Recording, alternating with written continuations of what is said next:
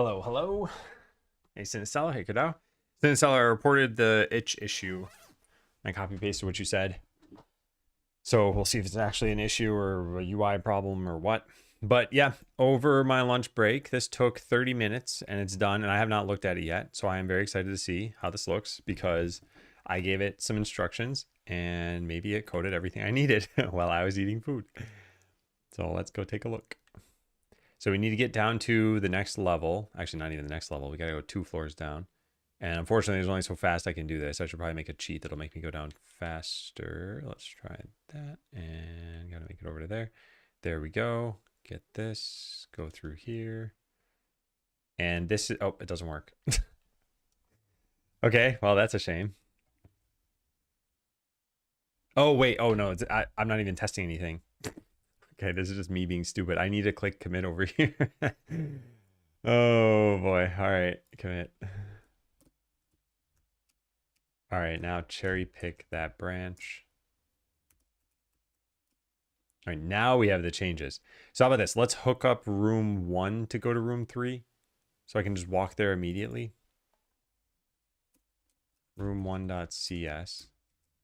On player entered, player left room goes over to here, on player left room.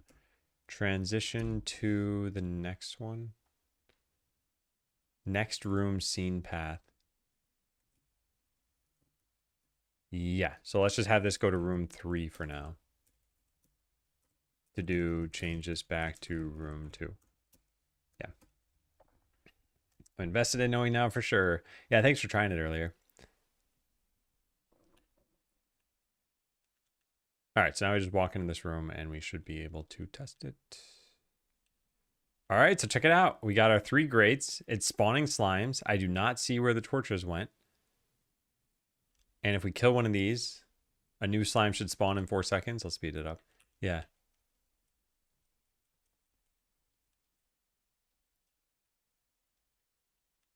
Okay, well,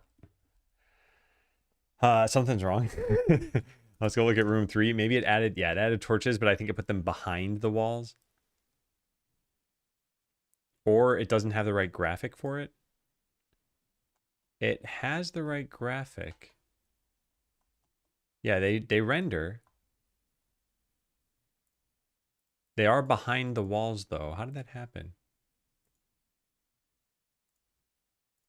Huh, how did that happen? We don't have Y sorting on. We don't have a Z index set on these things.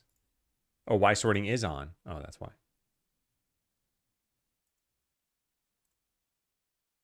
I mean, we could just set the Z index of 1 here. It might make more sense. Yeah, let's just do that.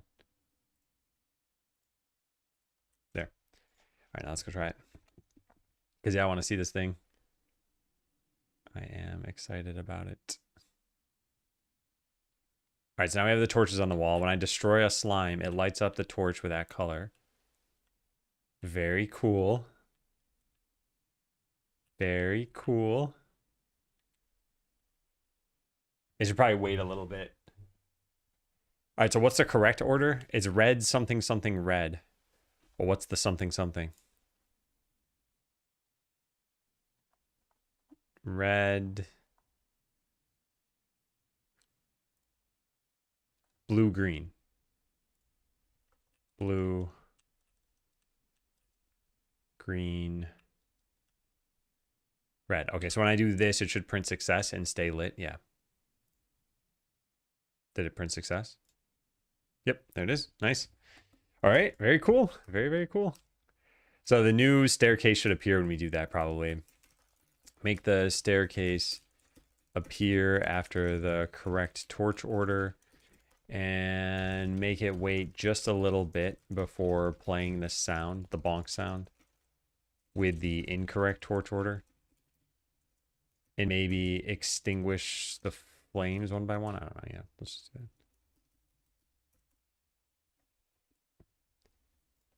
All right, let's go try that again. I just want to listen to the incorrect sound.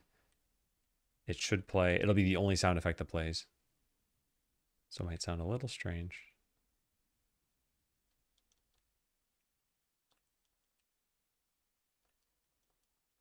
Yep, there it goes. Now the room needs to be a little bit narrower so that you can see the torches on the back of the room. So the player spawns there. Let's move this up. Wait, how much do we need to move this by? I gotta go take a look. So this is as low as you can get, but you can attack this line from here, and then we're off by what, 1 tile? No, 2 tiles? Roughly 2. So we need to shrink it by 2. Ideally, shrinking it by 3 would probably be perfect. Or we just fix the camera in the room. So I'll shrink it by 2 for now. Let's just start with that. Whoops, didn't mean to do that. 1, 2. Okay, so then this goes here. And we delete all of that. And then we should probably move these grates. Can we do that? Nice, we can. Maybe put them there. And player spawn position up there. Nice. Hey, Mr. Balrog. It's a pretty good one. How you doing? Have you ever seen Fail to Survive stream? He's got a joke book that he reads jokes from. And they all induce groans. Now we should probably change the secret password so it's red, green, blue, red. Oops, what did I do? Yeah, I'm not paying attention.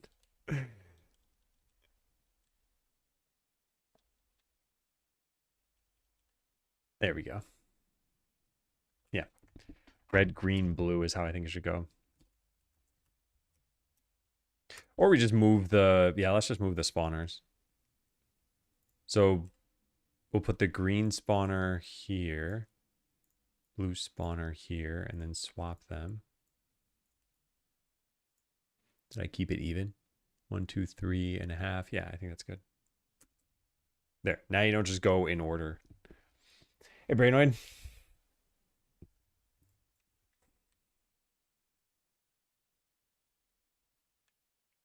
All right, so red, blue, green, and red again. Nice. So yeah, they stay lit. We might want to move them a little bit, or maybe line them up with the wall. I don't know. I guess it doesn't really matter too much. So this should produce a staircase, probably like here. We need to see banners somewhere. Maybe the banners are at the bottom of the room. Yeah, the banners should be at the bottom of the room. That's a good idea. Banners at the bottom, torches at the top. That way there's a small amount of memory involved. And as a result of that, I shouldn't keep reloading this. Ian. I'm not saying let's all share those jokes right now. Yeah, I want you to have to kind of bounce back and forth between looking at the banners and seeing the torches. So we probably should increase this by another tile now. So I'm going to undo what I just did, basically.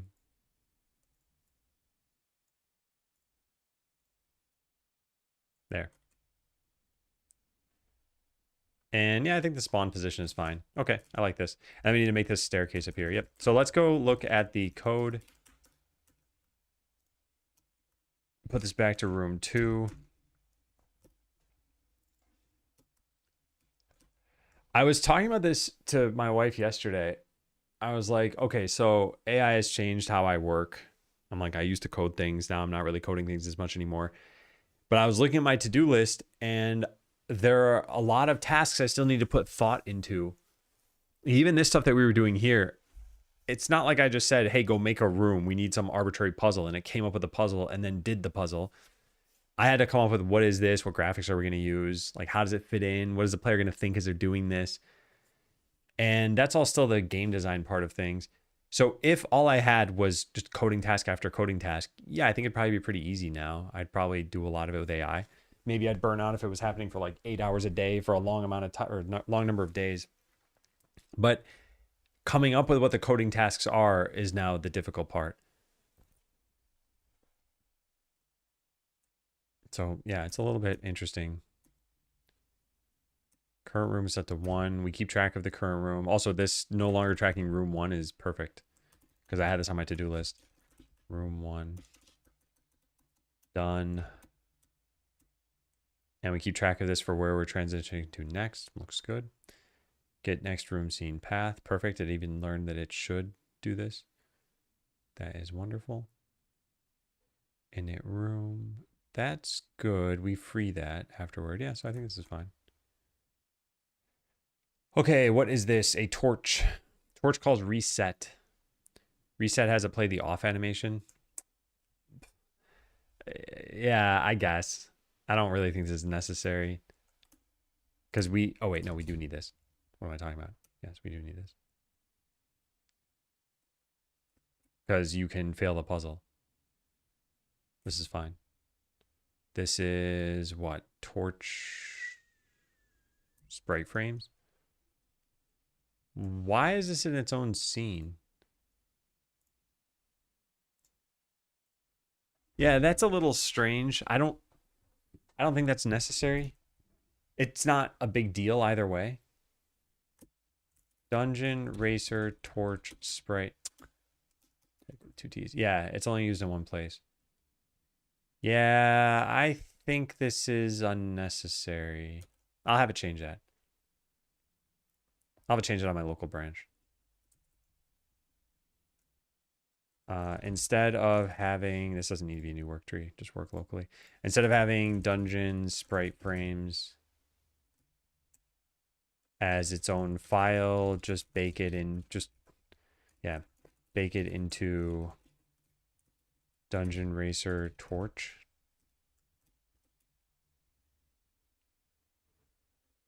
Since nothing else uses the sprite frames.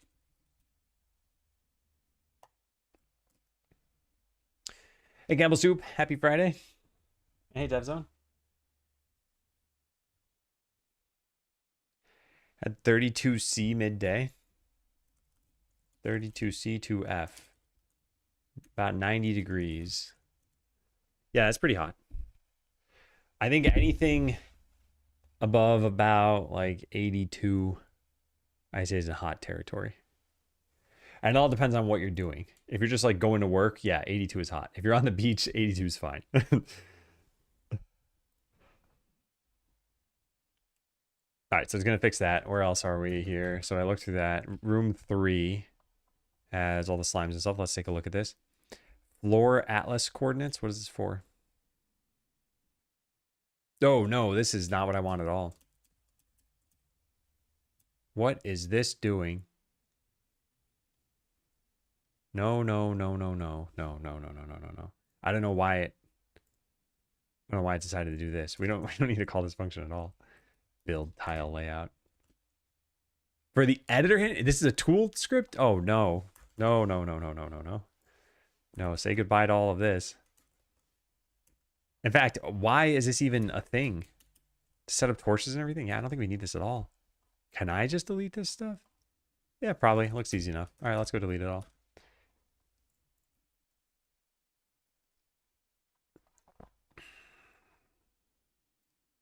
I wonder if that was undoing the work I was trying to do.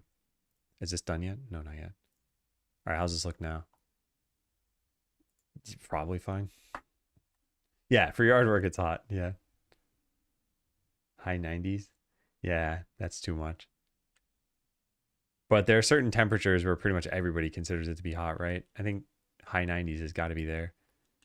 I remember being on vacation like last year, the year before. We went to like a beachy place, and there was a guy there who was from the Dominican Republic, and he's like, yeah, this isn't hot at all. Granted, it was in like the, I don't know, mid 70s or something. I don't know what it gets up to in the Dominican Republic, but it's got to be pretty hot. All right, yeah, this is looking good. So we'll put some banners on bottom. You'll think they're just decorative, but they're not. Now, one thing I don't really like is that the slime spawns out of here and then patrols just to the right. I kind of want them to patrol such that they're centered on top of their spawner.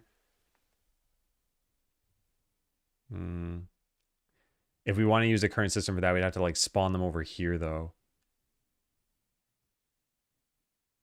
We could also just move the grates a couple tiles to the left, and then the grates won't be centered, but the slimes will be. And we could change their patrol points. We probably just change their patrol points. Oops, sorry. Didn't mean to bash the microphone like that. Give slimes 2 patrol points. Or, like, allow slimes to change their first patrol point. The ones spawned in room 3 should patrol such that their points are such that their spawn is in the middle of their patrol path, not the edge of it. They built houses here to retain heat for winter. Unfortunately, backfires on us now. It's extremely hot. Yeah. It's rough. I've said this a bunch of times on stream, but I live in Washington State, and Washington State used to be the least air-conditioned state of the U.S. It was like a 33% air conditioning rate. And over the course of the next, like, I don't know, 6 or 7 years after that, it is now no longer the least air-conditioned state. It's above 50%, I think. Because, yeah, we just had too many hot summers. All right, so we don't need this anymore. Expected color, red, blue, green, red. Yep, this is fine. Entered colors, that's fine. Audio system. Lit torch count. Why do we need this? To know which is the next torch. That's fine too. Puzzle solved is a Boolean, which we only use here. That's fine. I guess we can know if we kept them all alive or not. And then the torches themselves, we just fetch them like this. Yeah. It's all pretty reasonable. Pretty reasonable. All right, so when a slime dies, we don't tell its spawner to do something, right? Why does the spawner know? I guess because the enemy doesn't know. Yeah, it's fine either way. Yeah, the success needs to be changed into the actual thing, like a staircase should appear. We'll do that later. Is expected sequence. Just go through all these and see if they match. That's totally fine. And reset puzzle. Clear all the entered ones, set the lit torch count, reset all the torches. Yeah, sounds good. Wow. It's looking, yeah, this I already looked through. I don't care about that. Slime change very slightly. Probably to have an event for when it dies. Drops coins is now a thing as well. Yep, there's the died event. There's whether it drops coins. And then this is if it's going to drop coins, do the thing. Yep, sounds good. This is not needed.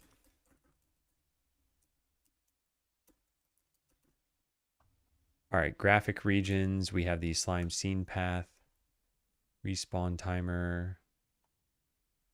Slime died. This keeps track of whether the slime that has spawned has died. That's fine. Yep, looks good. We don't have a position here. I'm guessing, no, yeah, what? Why don't we set the position? Because it's automatically set to where the spawner is. Okay, that's fine. This is technically unnecessary then, if we're not going to reposition it. On slime died, set the active slime to null, respawn timer dot start. Yep, looks good. Looks good. Yeah, this is quite nice. All right, cool. So add slime puzzle. Add room 3 with slime puzzle. This isn't perfect yet, but it's a very good start.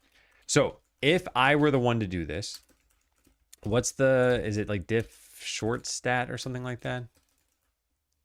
Yeah, so this 231 insertions, 264 deletions. Let's just say that it's 200 lines of code changed. Like minimally, that would have taken me like an hour. Yeah, minimally. And probably would have taken a little bit longer, and there would have been some dilly-dallying and stuff. It took me like 12 minutes to write that prompt, and then it spent 32 minutes, but I was on my lunch break, so it could have spent an hour, and it would have made a difference to me. And it's pretty much done. I just need to review it a little bit. And even if we count all the time I just did as reviewing it, that was like 32 minutes, including the prompt that we had. And the minimum that I quoted of an hour for me to do it is the minimum. So we were at least twice as fast. All right, so all we need now is the bomb room and all this other stuff. So let's go kick these things off. Oh, I didn't even look at this drat. It already got lumped in, didn't it? Yeah, nice. Perfect. So I think I like accidentally checked that in, but that's what I wanted. So we got rid of a file that was never really needed. It's not there anymore, is it? Dungeon sprite. No, it's not.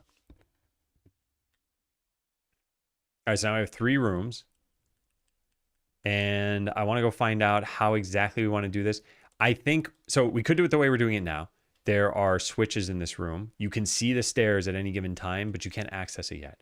So first you hit this switch, and then you go over here and you hit this switch, and now you can go over there. So this is one way of doing it. Another way of doing it is just make the stairs appear when you get done with the puzzle. So here you cannot see the stairs. I think we probably leave it at that so that there's something distracting in the room. So stairs should just appear here, for example. Maybe here, because that way you can't kill a slime. Wait, can you hit that red one from here? No. What about from here? You could.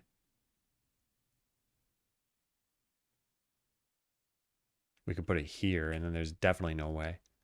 Yeah, we just put the stairs at the top of the room. It should be fine. Yeah, so red, green. Oops, that's not the order. Okay, I already messed up. I'm not redoing that. It should appear at the top of the room so that you don't accidentally trigger the stairs immediately after defeating the final red slime. So let's go add this in. Room 3, we need a staircase. Let's just take it from room 2. Staircase, copy, put it in room 3, paste. Put it up here and make it hidden by default. So when you complete the puzzle, let's get the staircase, private staircase.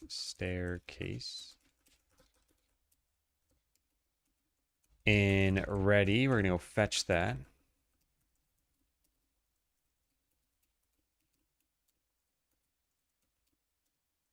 Cool. Then we're gonna fade in over the course of 0.5 seconds. True for this. And we're gonna do that instead of printing success. And then just like in room 2 where you have a player left room, we're gonna need that same thing over here. And yep, that works. All right, then we just call that from here. This should be like on player went down the stairs or something like that. Because it's kind of stupidly written right now. And we can refactor this. I'll do that in a bit. Yeah, then up here, probably leave it for the 3rd floor only. Yeah. I'll probably do that. I think it's a good idea. So staircase dot, what is it? Player entered plus equal on player entered. Yeah, I want to rename this everywhere. In cleanup, I'll do this. Refactor all of the rooms and staircases such that there's common code. If not for that, then at least rename on player entered in this to on player took stairs or descended or something like that. Descended. Yeah, I don't think on player entered, it's not clear what they entered. But this is super nitpicky. Because like you could just look at the line and be like, oh, it's a staircase that they entered. Okay. All right, so player left room. Now nothing listens for player left room. We no longer print success, right? Yeah. So now we had to do this back in Dungeon Racer. Room 3 should load room 4, but we don't have room 4, so let's just go back to room 1. And I'll just say to do changes to room 4 once we have it. Lost my streak. What built an insect protection for my window. Oh, cool. And thanks for the 5-6 of a year resub. Welcome back, Galaxy Inferno. Welcome back. What is insect protection? Is it a screen?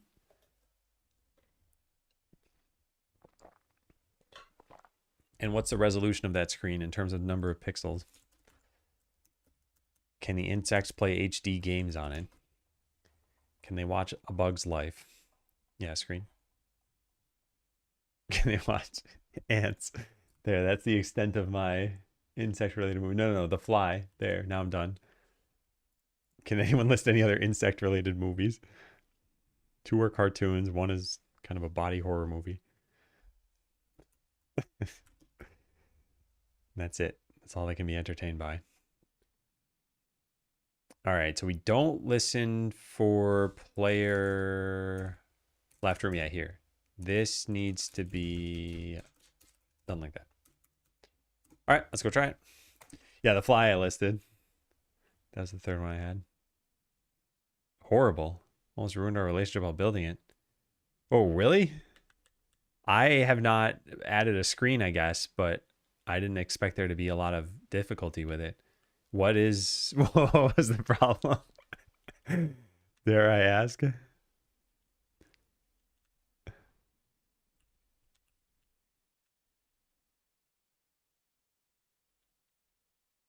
All right, I'm taking a lot of hits here. I think I want the vases to just disappear immediately. All right, so now we got to do this in the right order. Let's not mess this up. Whoop, that's not good. That's definitely not good. That's not supposed to happen. Yeah, that's not supposed to happen. Fade in. There we go. Spider-Man. I give you 50%. All right, it's getting really tedious to have to go through these rooms every single time. I really should add a cheat that just lets me skip. No, I guess I have the cheat that gives me... Oh, I have the cheat that gives me bombs. But I also have the cheat that gives me infinite speed. Well, when I say infinite speed, I mean the fastest speed. All right, so here we go. Red, blue, and we can't touch the stairs. Yep, good. Glad we tested that.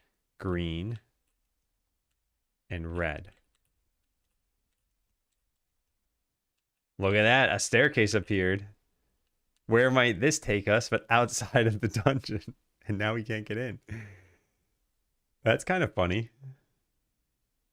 I guess that means I put the player spawn position in the wrong spot. Yeah, it's outside of the dungeon. The tick. Okay, that one works. You get 100%. You had to cut the aluminum border yourself with a saw and all that. It took like 2 hours and 2 people. The thought of doing this 18 times just doesn't seem appealing. You don't want to spend a full work week just cutting screens. I mean, 36 hours, you'd probably get it down to like 28 by the end of it. Yeah, I don't blame you. There are certain things in my life that I know how to do. I can certainly do them, but never ever want to do. I'm trying to think of what the best one of those is for me. Probably making food. Yeah. I just don't care to cook that much. All right, this is looking good. I mean, this is code I made, so I don't really need to analyze it as closely because I literally just thought through it myself. But I still do review it because that's my policy.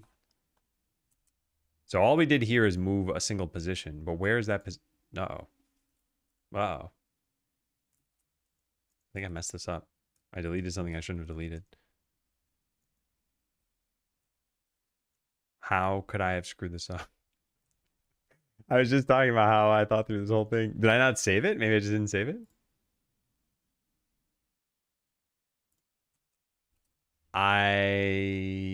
Yeah, I just hadn't saved it. Or I clicked this button. I don't know. But yeah, let's fix the rest of this. There. So just a different position. So fix room 1 spawn position. Nothing really should use this, but I plan to use it in the next commit just to give the staircase in room 3 a place to go.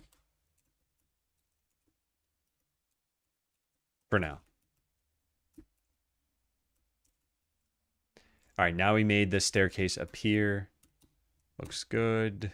Looks good, looks good, looks good. Yep, yep, yep, yep, yep, great. Add staircase to room 3. This shows up after you solve the puzzle. Cool. All right, what next? Got to work through all these things. Make staircase appear at the top of the room. Make it wait just a little bit before playing the bonk sound.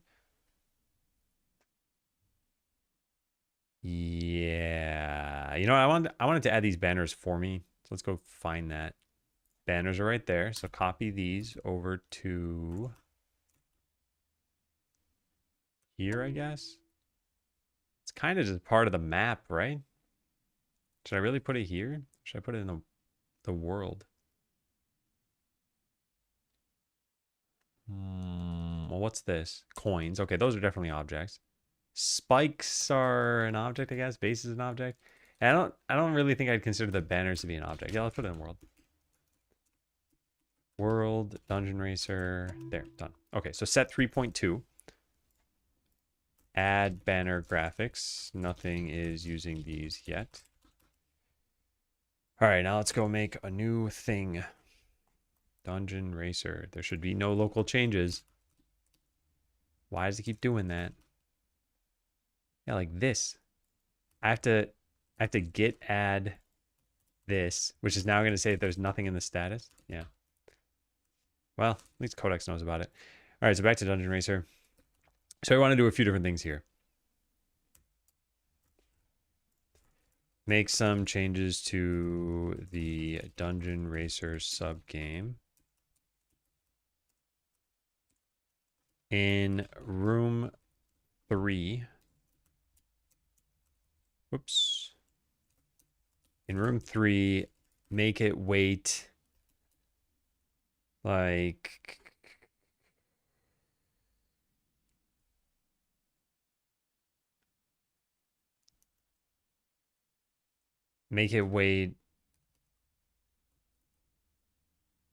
half a second maybe after playing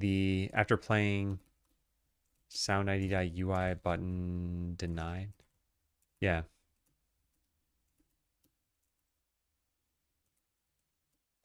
Before resetting the puzzle. That way the player can see that the torch order is wrong. Hey, Boolean. How you doing? Hope you're having a good Friday. I've been having a pretty good Friday. I'm overall, you know, I think taking vacation last week really helped. Before I took vacation, I kept thinking, I don't think I can stream for as long as I want to stream for. And now I think it's been a lot better.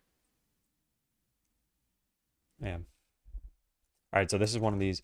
This is another one of these that I wanted to do. So in room 3, make it so that the slimes patrol with their spawner as the central point in the patrol path. Right now, it's the left edge of their patrol path. All right, so this one too. And then add banners. So how do the banners look? We want red, green, and blue.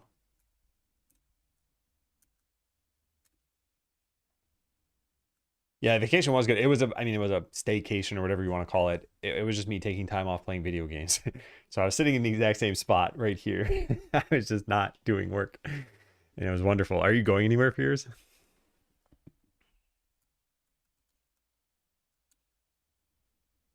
Okay, so in room 3, add 4 banners along the bottom wall directly in room 3.tscn. I've added the banner sprite sheet as set, God, what is this called? 3.2. Why is that not showing up? There it is. All right, now to describe it, although it could probably figure it out on its own, but I find it better to just do this. So the sprite sheet has 2 banner colors per row. The colors are laid out like this. Blue, silver, green, black. Actually, it doesn't matter. I'll just say doesn't matter. Doesn't matter, doesn't matter. Red doesn't matter. We only care about the red, blue, and green banners, hence the doesn't matter above. Add banners in this order. Red, green, blue. Is that right? Red? Puzzle. Red, blue, green. Man, it'd be really bad if I mess this up. The players never knew what it was, and I just assumed because I know the answer. I'd see it as soon as we saw a playtester play this. You prefer staycations? Oh, wow. You're going to the beach with a bunch of family. It's always fun, but I'm more tired when I get back home. Yeah, I need a vacation for my vacation. I feel that. Even when it's just my wife and I and we go to some like relaxing vacation, I still sometimes feel like, okay, well, now I want to just like veg out and play video games or something. Although I will say, at least the relaxing vacations are the best kind of vacation. I'm not really a touristy kind of person. I want to go somewhere, sit around, do nothing, spend time with my wife, and eat food. And because I try to be very strict about my working out, I still try to work out on vacation too. But that's it. That's the one obligation I have. Exactly the same. Yeah. My wife has actually kind of toned down, and not because we've explicitly talked about this or something, but the like how touristy she is. She used to want to just like see everything in a city, and I don't think she's the same way anymore. The other thing too, and maybe this is ignorant of me to say, but I feel like the more you see of a category of thing, the less I at least feel like I want to see more of that. So for example, I've been to some like palaces or castles or whatever. Maybe not castles, maybe like just palaces.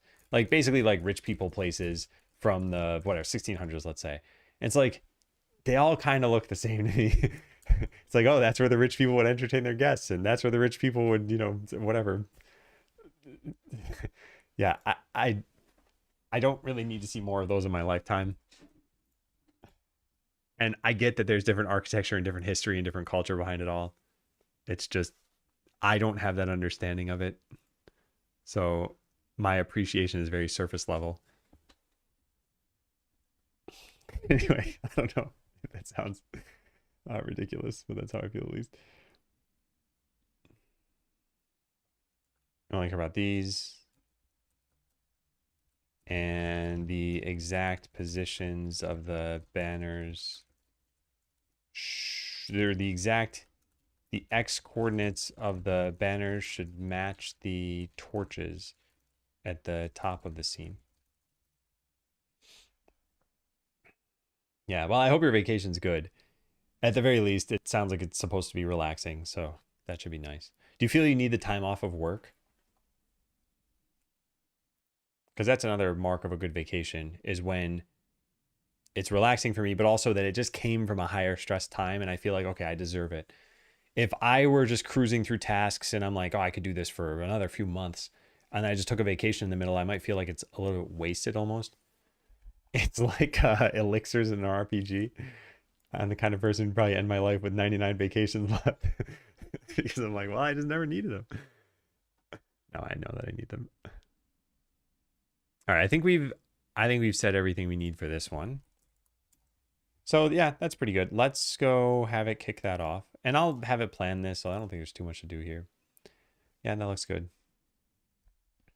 And then we'll start a new one and we'll have bombs destroy everything. So, whoop, what just happened there? Make it so that bombs destroy or bombs hurt or destroy, hurt the player, kill slimes, destroy vases. Is there anything else they should do? Yeah.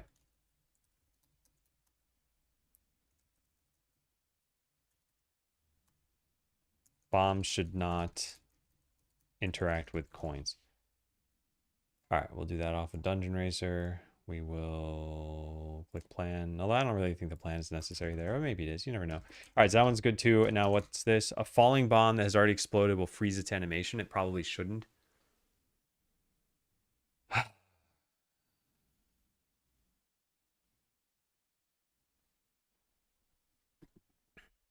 Yeah, I guess let's ask it to do that too.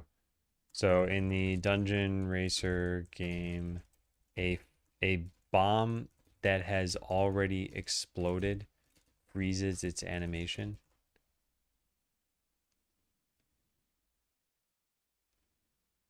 Actually, how about this? Just if a bomb has already exploded, it shouldn't fall.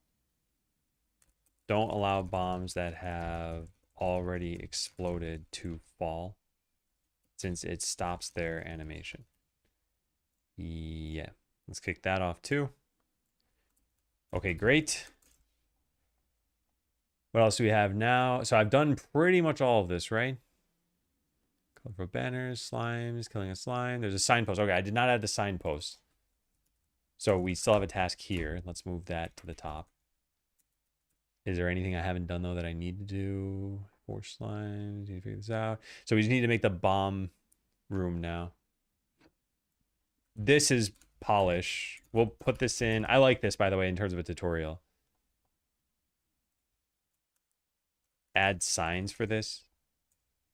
That's what'll make it feel like a tutorial. We have UI for dialogue. The sign should probably use that. Need a time off work. When I'm self-employed, so I never truly get time off. It's actually more stressful to leave town in that regard. Oh yeah, that's a shame. And I've heard this from some other people too. I guess the way I've looked at it myself, and I'm not saying this to try to influence you, just sharing my own personal experience, but as long as I can disconnect, I feel that I'm doing myself a service. Like, we have a sort of a theoretical productivity level. And as you're doing work, you're acting on that productivity level, but then you have a like productive energy that you build up, and resting and sleeping and taking vacation and just kind of whatever, taking just regular time to do things, exercising, being outside, those sorts of things. I'll kind of recharge that. And at that end, it feels like, well, look, if it was necessary, if that's what it takes for me to be productive again, then this vacation is actually benefiting me. And it's not really mental gymnastics. It truly is just an outlook. It's not like I had to convince myself of something that's not really real. But it makes me feel less guilty, at least. All right, do you have a life bar? Yeah, so this I've never answered. I don't know what the answer to this should be. But we need to add that bomb room. This we can do in a bit. So how does the old bomb room work? Needs input. When a bomb kills a slime or destroys a vase, should that target still produce its normal coin drops? Yes. All right, that was easy. It produces a notification for even new agents that get kicked off, I guess. Anyway, I've mentioned this before. The goal is to use all of this 54% if I can in the next like 3 hours, because it's going to reset. It says it's going to reset on July 23rd, but I have a reset that's going to manually expire soon, or it's going to expire if I don't use it manually. So what are we at now? 54%. This is after kicking off like 4 agents. So bomb room, what do we want? What do we want? We need a treasure chest, which probably means, so maybe like there's a treasure chest, there's a key. Maybe picking up the key has the raise animation and the particles on the key. I don't know if we need that. I don't really think we do. You open the chest and get the ability to use bombs. Maybe it's just a chest room. Maybe there are no enemies in here at all. Or if there are enemies, they're like very minimal enemies. I kind of like that. Do we have any examples of like a nice treasure chest room that looks kind of, what is it? That deferential, I guess. Like this kind of. There's a door that goes into here. This is kind of neat, actually. It'd be nice to add this. Yeah, you just like walk through or even walk up to here and it opens a door.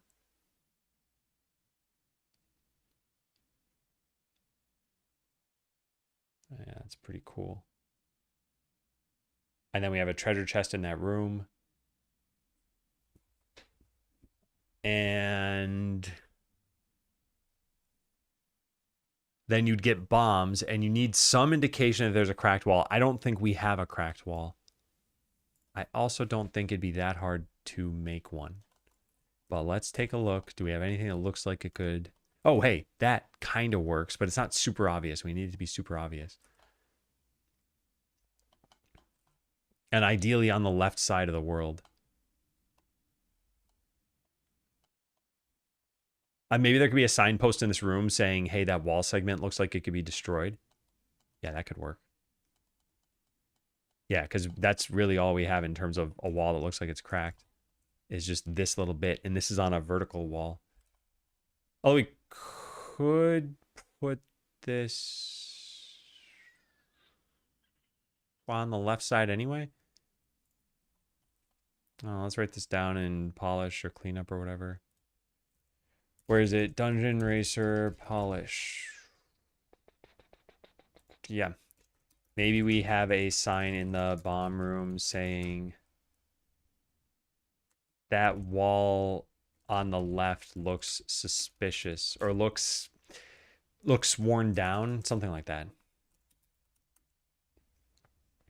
Are these for sale? Yeah, they're for sale. They're right here. I just bought them like anyone else would buy them. Oh, I got them when they were on sale. They're $30 now. I paid, I think, $24.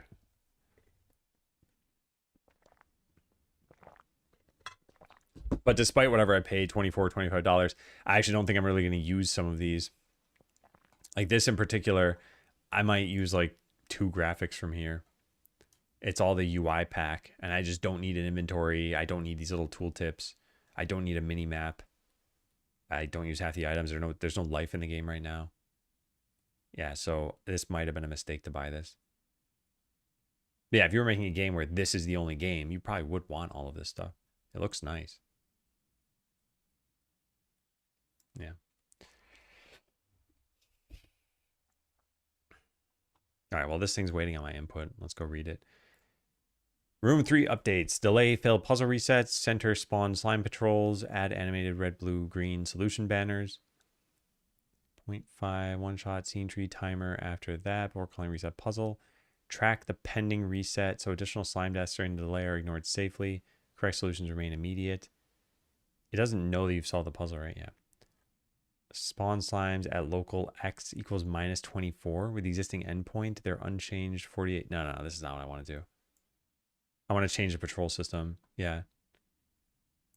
Reference this, define looping animations, use the left half of row 0, 60. Yep, perfect. Add banner 1 to 4 as animated sprite nodes, position them, blah, blah, blah. Yep. Yeah, so that assumption is wrong. So instead of retaining the existing patrol behavior, change it so that slimes still spawn at their spawn points, but patrol with the spawn at their center. All right, then we'll go look at this one. At a 22 pixel circular blast area matching the visible... Oh, wow, nice. It examined it. Explosion frame 19. Each overlapping player, active slime, and intact vase is affected once. Coins and other objects are ignored. At explosion area, track entered and exited players, slimes, and vases through area signals. Do not use overlap queries. Okay, this is the one case where I think we can use an overlap query. Yeah. It's okay to use get overlapping bodies in this case since it only happens on a single frame.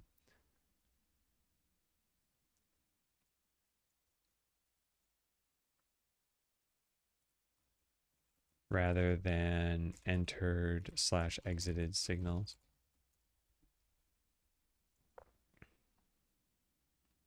Kill an active or hurt slime immediately. Sounds good. Generalize vases, sort specific break entry point to try break. Preserve existing exploded event. Bombs will not affect other bombs. Bomb killed slimes retain their coin rewards. Existing newly spawned coin objects are neither collected nor destroyed. And the existing player hurt invincibility rules continue to apply. And you should lose coins, which I don't know if that was clear, but yeah, let's do that. Hey, Globy.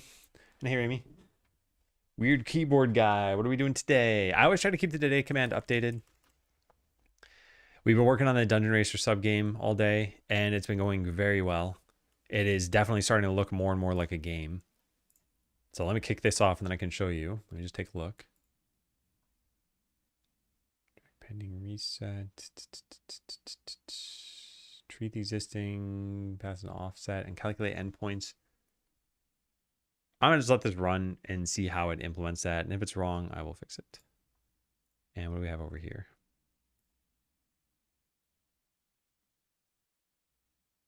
Yeah, looks good. Really ignited my love for the sport again. Yeah, it's nice. You know, I think there's a time where buying gear is not the best thing to do. Like before you even know you like a hobby. I've heard of people getting like entire sports outfits and like tennis rackets and whatever. And they're like, I'm going to go play tennis. And they play once or twice and then they don't use any of it. But when you know you like something and you got your eye on a piece of gear, I think it's much more reasonable to buy it then. And it still isn't guaranteed to work out. But in this case, it did. So nice. So yeah, this is what I'm talking about. This feels more like a real game now. And it's not a real game. It's just one tiny part of this. But yeah, we even have this little puzzle in here. And this is what we're gonna solidify. So you got to destroy the slimes in the correct order. Red, blue, green, red. And then a staircase appears. And now we're back to the beginning. Oh, wait a sec. You can't enable... Yeah, there we go. Yeah, we also added in bombs, although they don't really do anything yet. Pretty cool, though, right? Pretty cool. You basically turn this into Bomberman.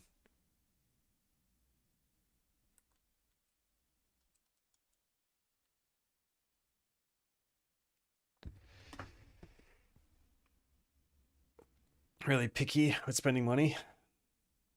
Need new skates for a long time. Old ones are like 14 years old. Oh my god. Okay. Used to be pretty high quality, just beat up. Buying new ones that are top quality again just feels great. Yeah. You know, there's certain realizations like that I've had myself. I got my last Windows computer as just a gaming machine pretty much, which I've never really done before because I used to develop on Windows machines. So it was always like the machine I use for everything.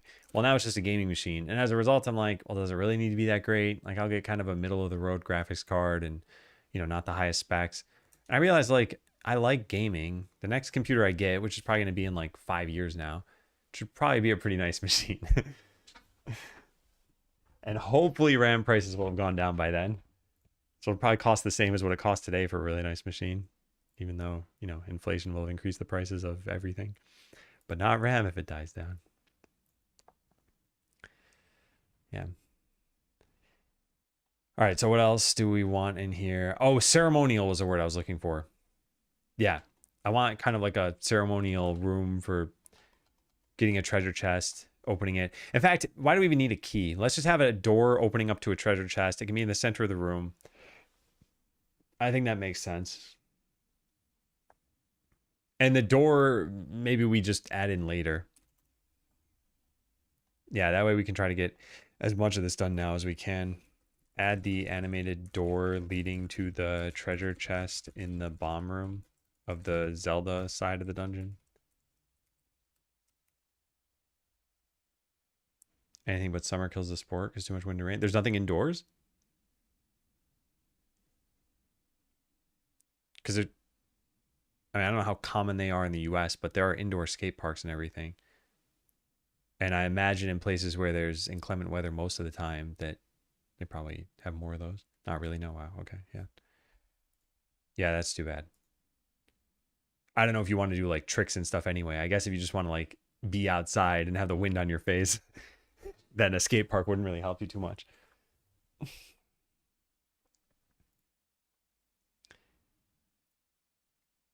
All right, so I'm debating on whether I want to design their room right now or not. I don't really think I want to exactly.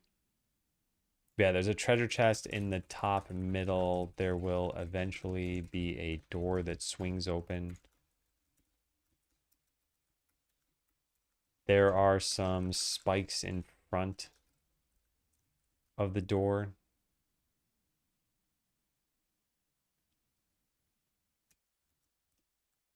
All right, so you open the chest and get bombs. No need for an animation yet. And then, yeah, there's a signpost in the side of the room. that will eventually tell you about the wall on the left. And there's the cracked wall on the left that will make the floor fall. That sounds pretty good.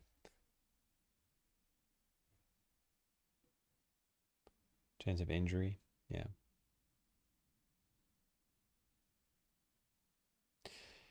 Yeah.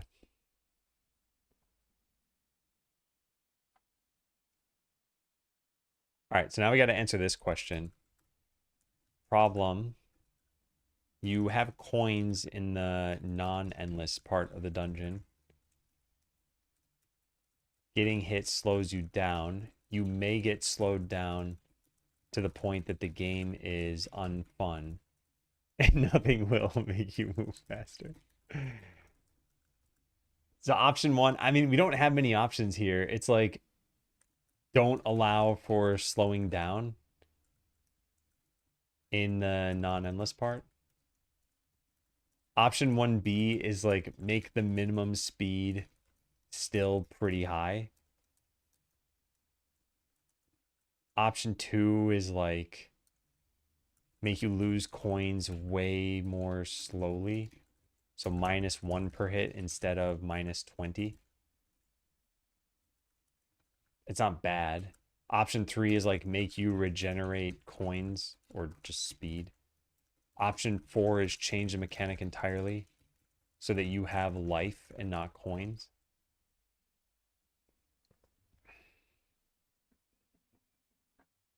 Get your Skyrim out of here.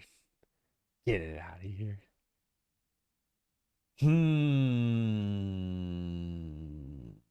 Option 5, eschew any negative mechanics. I don't know.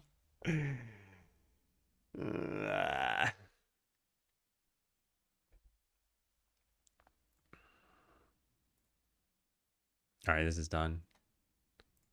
Let's go take a look. Commit. Copy, commit.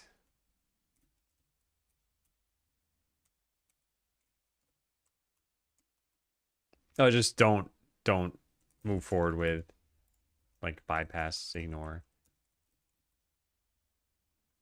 Deliberately avoid using, yeah. Did I run this? I don't even know if I ran this. No, I didn't. I think it finished both of them at the exact same time, which is unfortunate because some amount of parallelizing is best. Although I guess if it finishes instantaneously, that's ideal. Doesn't cost anything extra. Okay, so what does this one do? What am I even looking at right now? Room 3 has been changed to do what exactly? Torch sequence. We have the banners. And slimes patrol differently. Okay, yeah, let's go take a look. You know what? I'll just try to skip through this here. Let's do this. And set coins to maximum. All right. That way it doesn't really matter if we get hit because we move so fast anyway. All right, so slimes spawn in the middle and move right and then left. They are doing that. Yeah, that's fine. We have banners at the bottom, which are red, blue, green, red. They line up with the torches at the top. And wasn't there one other change? Banners, slimes. Remember the other change? Oh, yeah. When you get the wrong sequence, it'll stay lit up for a little bit longer. Let's watch. We're going to do green, blue, red, and then green again. Yeah, that's not bad. It's not super visible, but that's okay. All right, looks good. So feature-wise, it's fine. Let's go look at the code now. None of the frame progress should have been updated on this. Oh, in which case, then nothing is done at all for this. Okay. Puzzle reset delay, puzzle reset pending, totally fine, looks good. Get recreate.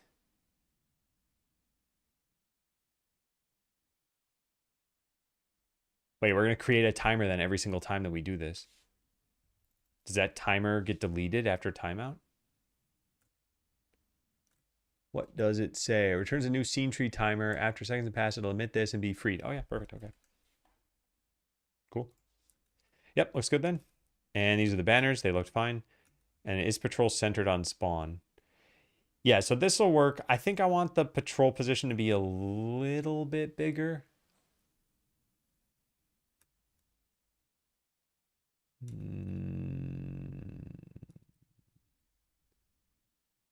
Patrol end position. What is it set to by default?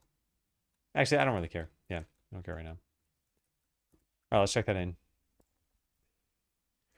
So what do we do here? Improve room 3. Slimes their patrol such that they're centered on their spawns. Banners are at the bottom of the room indicating the solution. And I keep reading the last one. Oh, yeah. The torches are extinguished after 0.5 seconds. The wrong solution. After getting the wrong solution. Yeah. Hey, Pickle. Good. It's morning somewhere to you, too. We are making great progress. And we're still somehow at 50% remaining. This is done. This is done. This is done. And now we have the bomb changes to look through. Commit.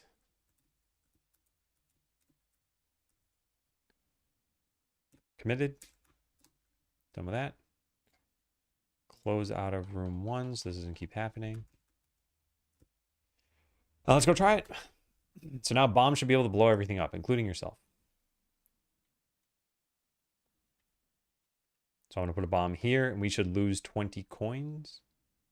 Yep, and it knocked us back, and it destroyed the vase. Now we're going to put a bomb here. Nice. And is there anything else you can destroy? No, it's just those things, right? So if I put it right here, we can destroy everything all at once. I didn't hit a slime. Oh, well. I'm going to just trust that it works anyway. We can try it now. No, no, come over. Yeah, perfect. See, this is what I'm talking about. You move too slowly when you get hit too many times. And that was intentional. But there are going to be players who are moving like this now, and they're going to be really annoyed.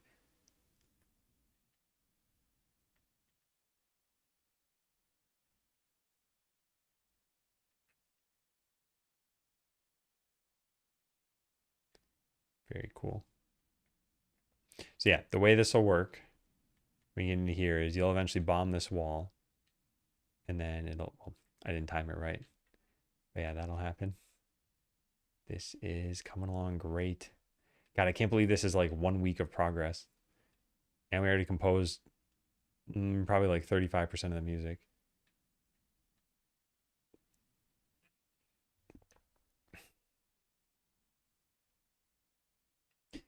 All right. So yeah, code's looking good.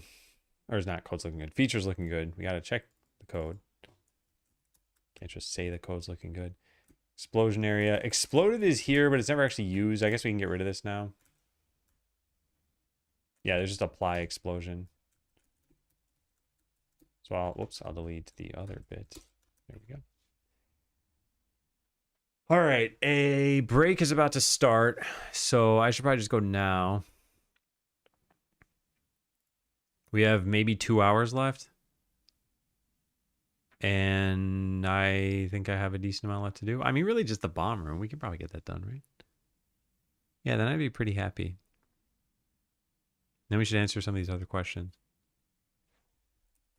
While that's running, answer the question about coins. Yeah, I want to copy this. All right, is it jump time? It's jump time.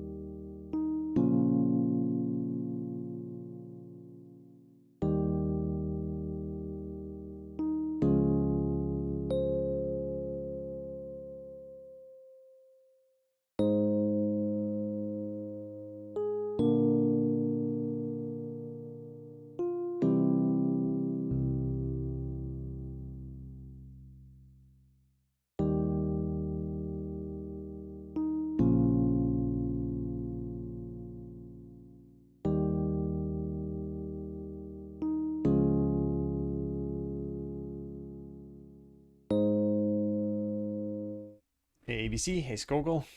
And I'm not sure if I saw you this afternoon, TJ, but hi. Close the game. All right, so we did not look over the code yet. We started to do that. Let's continue to do that. So overlapping vases, get overlapping bodies, then get overlapping areas. This is...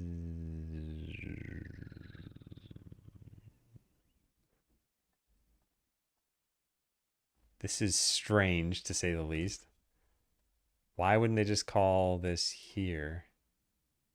Maybe because you can't do this from inside. From inside a get overlapping bodies call. Because are these already deferred? They aren't. Spawning or dying, start dying, true. Okay. Yeah, let's see. I don't know where I ran this. Yeah, I don't know where I ran this. But I got to try this out again. I got to make sure there aren't any warnings printing out. So we use a bomb over here and over here. Yeah, everything's fine. Yeah, everything's fine.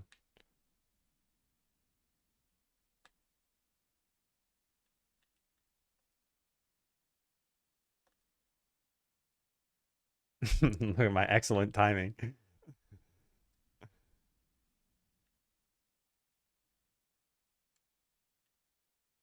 Yeah, nice.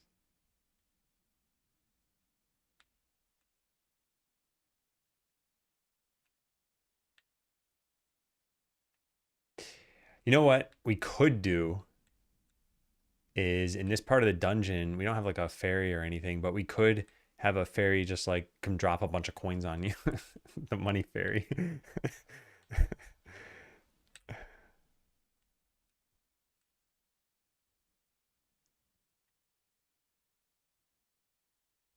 Yeah.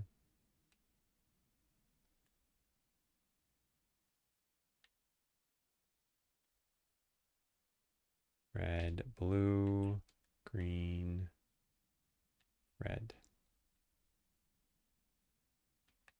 I wonder if we should make that only be a puzzle of length 3. Because if you mess up, you have to kill, like, let's say you accidentally hit a green slime at first. You have to kill 7 more slimes, as opposed to just killing 5 more.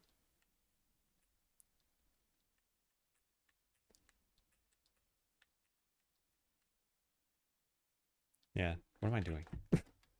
I tested what I needed to test. Yeah, this is fine. Let's just keep it.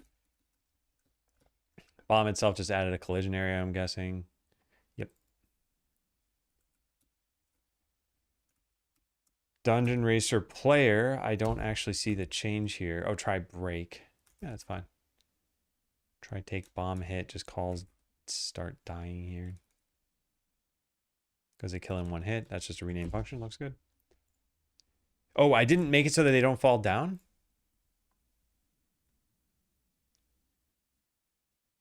Did I even tell it to do that?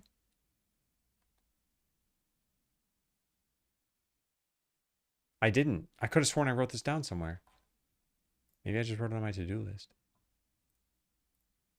Yeah, apparently I only wrote it on my to-do list. I wrote an exclamation mark here, but I didn't actually do this. Cool. Well, let's get that working too. Okay, so make bombs actually hurt things. And project approved in our accounting system. Person was holding everything. Must be on vacation. Oh, wow. Wonder if they look through them very closely. Maybe you could have requested a jet ski or something.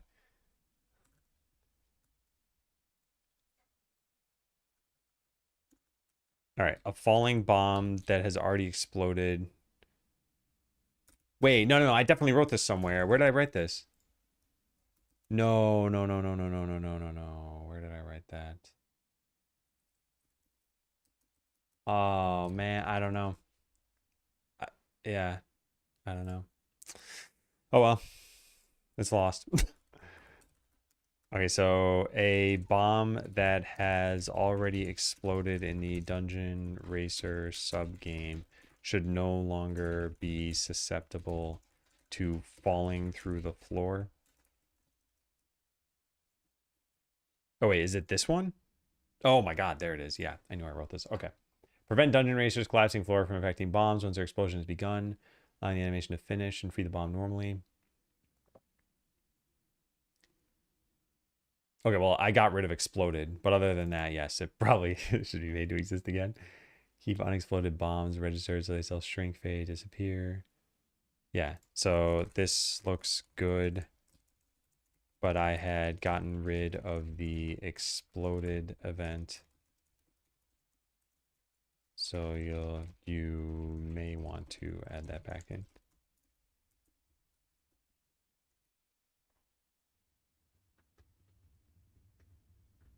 Yeah, nice.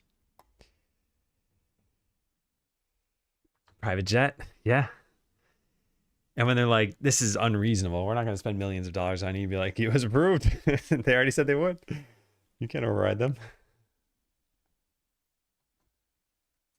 Go take it up with that person. Yeah, so this is being done now.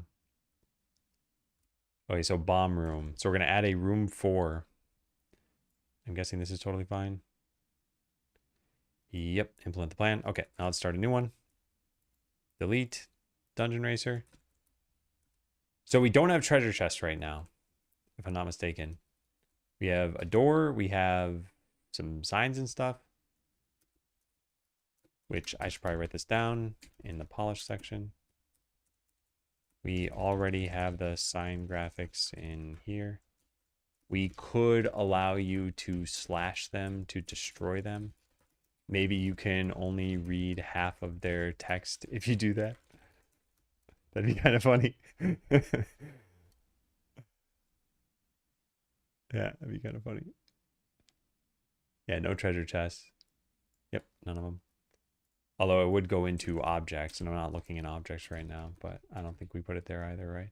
We have the bomb, we have coins, we have spikes, base, and torches. So yeah, no treasure chests. Where be ye treasure chests?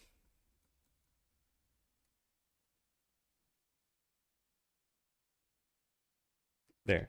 Set 2. And set 2 no shadow. I think they have something with just the treasure chests. Chests. Here we go.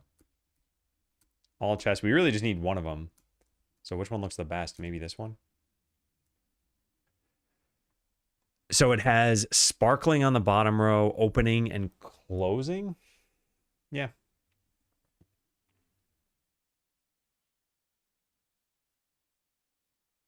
All right, so all we want to do is add a treasure chest scene at first. So let's just go do that. Chest 2 sheet. Put this here and check it in. Add treasure chest graphics. Nothing uses yet. All right, I'll kick off another one of these things and say create treasure chest.tscn for the dungeon racer. Use this for the graphics. It should be a static body 2D. All right, so graphics, we got to describe what we need out of this. The first row of the sprite sheet is the opening animation. The second row is the closing animation and should be unnecessary since the chest we need will only open, not close. The third row is an idle animation. So it should play the idle animation in the same way that base.tscn works. Should be a static body 2D that always blocks player collision. Or that always blocks player movement, I should say. When the player touches the... I was going to say the bottom of the chest, but maybe they should just be able to touch any part of it. When the player touches the chest, it should play the opening animation.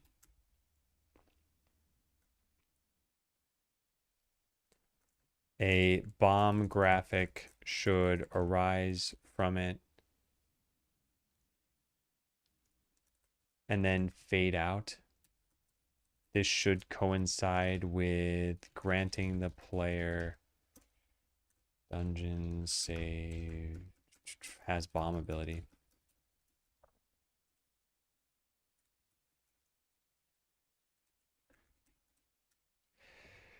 All right, what else? I think that's pretty much it, right? Add a chest to... Oh, no, we need room 4. We don't have a room 4.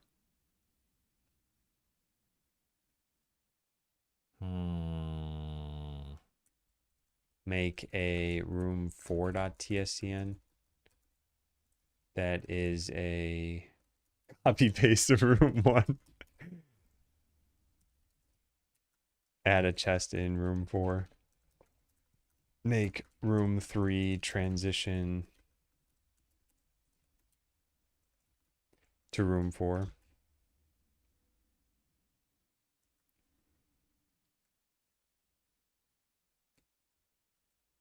When using, that's probably fine. Let's just leave it at that.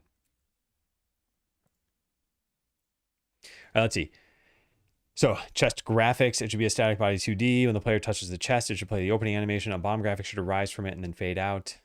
This should coincide with granting the player the bomb ability. Make a room 4.tscn that is a copy paste of room 1 for now. Add a chest in room 4.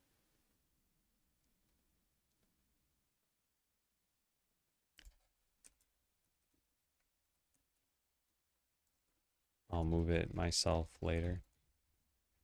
Yeah. All right, looks good. So I'm not done for the day, but on Monday, we're going to do tenants journal.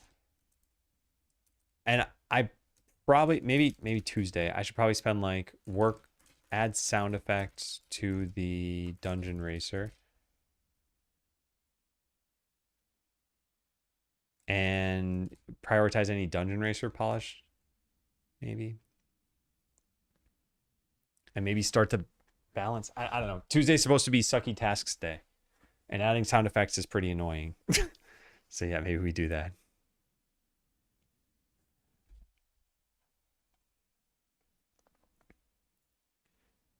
All right, anyway, this is now done. And it is dead simple to the point where I could probably just copy paste this in, but I'll do it the way I normally have been doing it. So we wait for this to finish. Onsen Vichai pick. Done. All right, so a bomb that has already exploded will not stop exploding when it falls. Okay, that's weird. It said right in the plan. It said ensure bomb defines public event action ? Exploded. It didn't do that. It didn't even modify bomb. Yeah, it used to exist. I don't blame it. Public event action exploded. And where we play the one event, we actually have apply explosion. Yeah, here. We just do this. There. All right, let's go test it. So I play a bomb. We got to, this is really hard to time. Oh, come on. All right, let's put it here. That's too soon. All right, this is too difficult. No, I'm going to die. Fine. Well, let's try again. So I'm going to just put this here and there. So after the first 4 falls. Nice. Yeah, perfect. Yeah, that worked.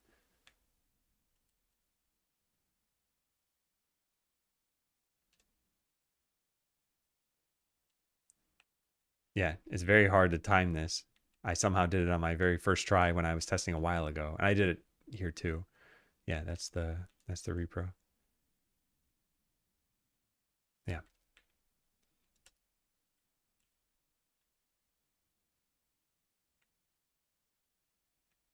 Very good.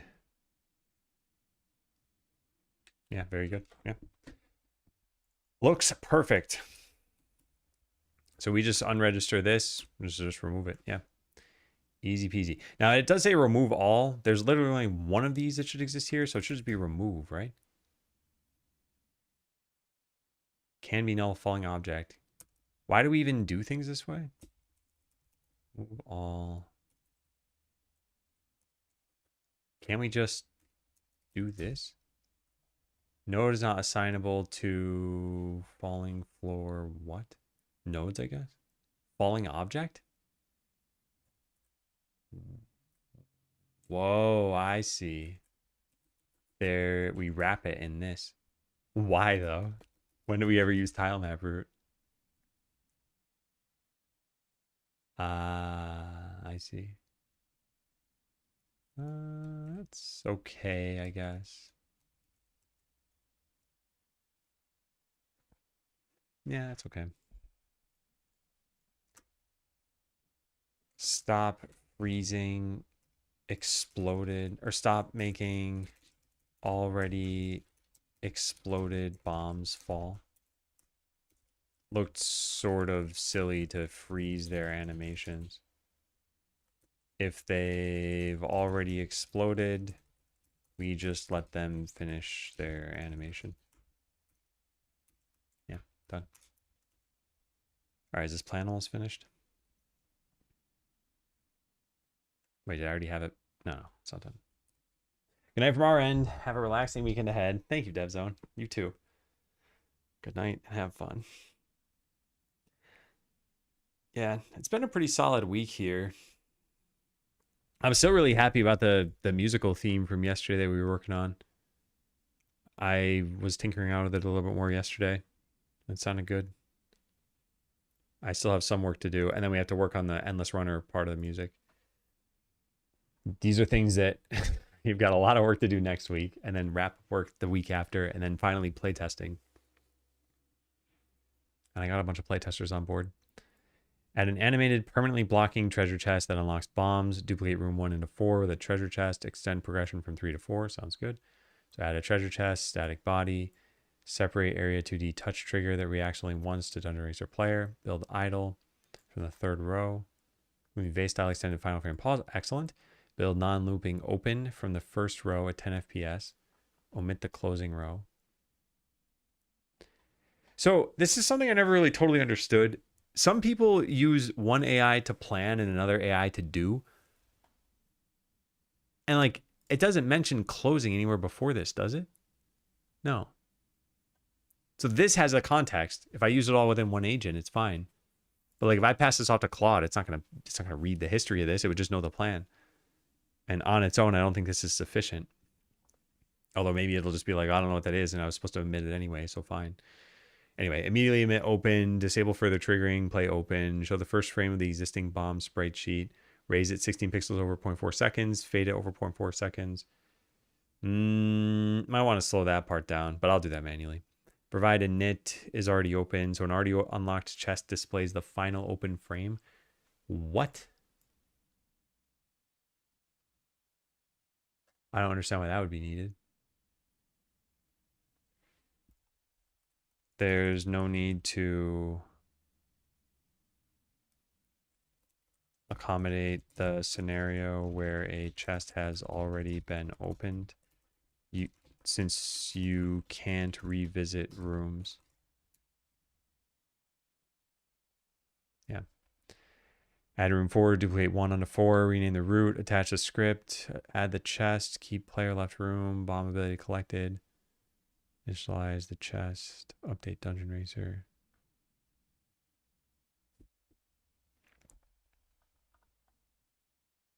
Oh, wait, no. Also remove the staircase.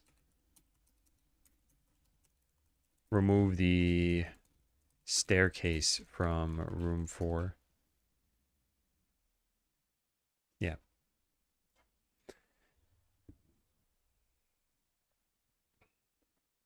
More than a class of model for planning execution. I mean, I've heard of that too, but I've definitely heard of people using different AIs entirely. Like they'll use a frontier model for the plan and then like a cheaper model for the implementation. Which I guess that's the right way to do things. The plan is more valuable than the implementation, maybe. Although if you can afford it, just use the best of everything, I guess. All right, so here's the new plan. You know what would be nice is a diff between the two plans. I guess I could just do that myself, right? I don't know why I didn't think of this. There.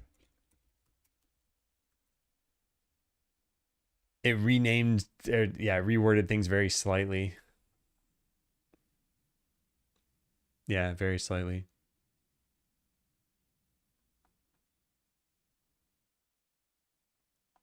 Yeah, to the point where the diff is actually kind of hard to read. All right, well, let's have it run this.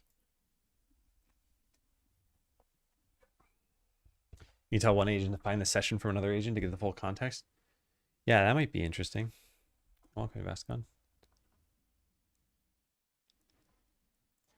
Let me close out of some of this stuff. Okay, so where do we stand now on usage? 48%. Man, I cannot get through this fast enough. Also, what am I doing over here? Yeah, 48%. Where did we... Yeah, I'm going to reset it in like 2 hours, so we should use as much as we can. I probably should just run it at faster speeds. What else can we even have it do? This is done. While that's running, answer the question about coins. Yeah, let's go do that.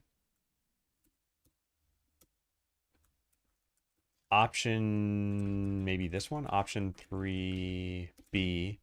Make a coin fairy that comes by and drops a bunch of coins on you.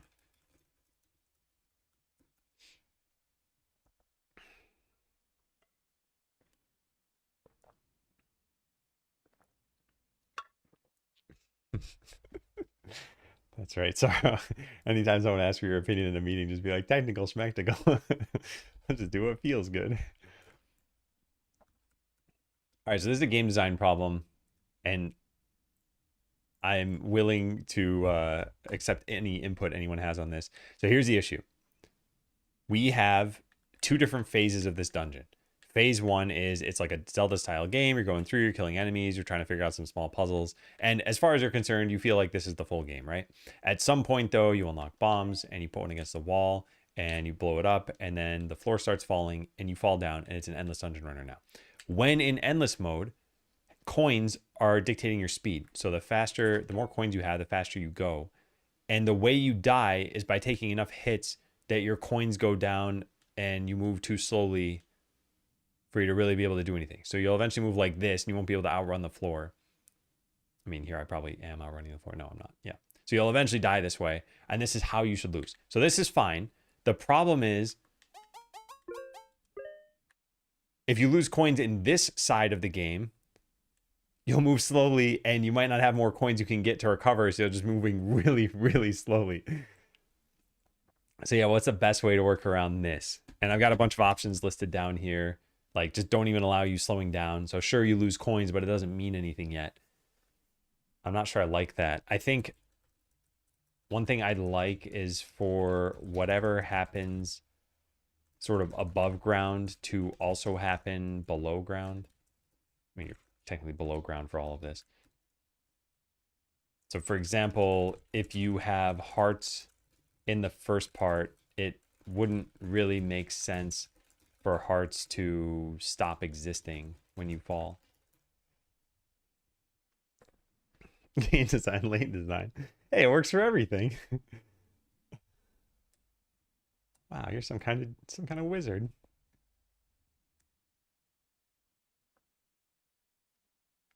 I kind of like this idea. Of all the ones I have listed here, I think this one might be the best.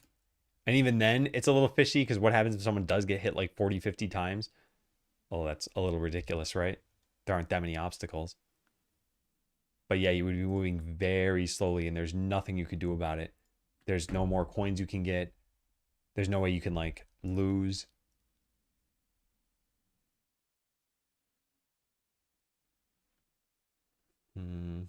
The break's over. Okay. See you soon. I like this idea. The next best, I guess. Yeah, I think this probably won't work.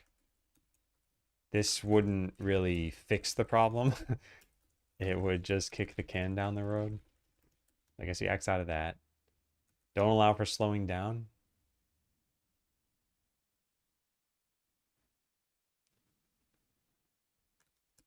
Yeah, this one's not bad. This one I like a lot. You know, if you get down to like 60 coins, some Deus Ex Machina character flies by and just gives you some coins. I don't know what that would look like exactly. 3B vibes. Hey, Zapper. Let slimes try to escape from the falling floor in the second phase as well, and they leave a trail behind them that slows the player. No, so to be clear, this is only a problem before the falling floor part. So like you're in this phase of the game. We can already see the problem here. Like even for me to make it to that vase, I'm just moving so slowly that it's painful. So by the time I finally make it over there, I've already thrown my controller across the room. And if there are coins in the room, you can get them and you can speed up. This isn't so bad, right? Once I collect enough of these. And it's like, okay, well now I'm moving fast enough. Sure, it's not max speed, but this is not painful. But yeah, once you get hit another time or two, like if I just put a bomb down, it's like, all right, we're right back down to painful speeds. So yeah, what do we do in this case where like you've destroyed all the slimes in the room, you've gotten all the coins in the room, and that's it. You're just still moving too slowly. And remove coin slowdown. Okay, I see. Sorry, yeah.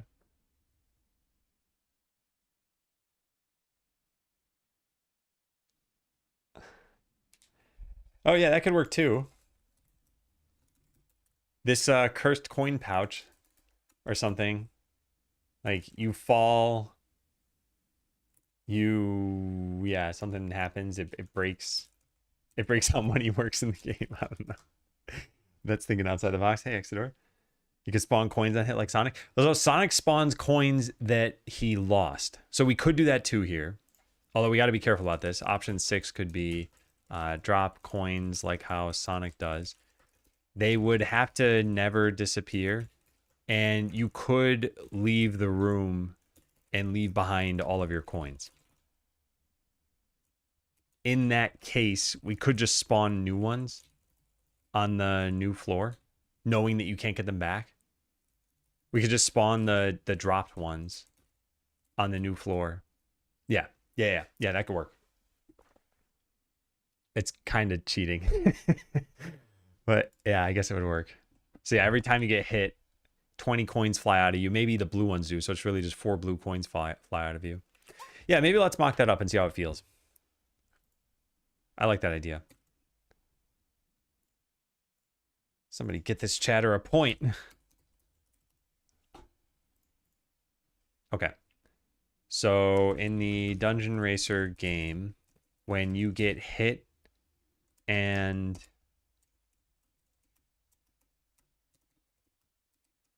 when you get hit while this is false, your character should drop 5, not 5, what is it, 4 blue coins. Blue coins are worth 5, I think. Equals 5. Let's just search for blue. No, blue coins are only worth 3. Red coins then. 4 red coins on the ground. They should scatter slightly more than when coins are dropped from vases. So when a vase is destroyed, we have coin dropper. Here it is. We have maximum drop distance pixels is 20. Maybe we set it to 30.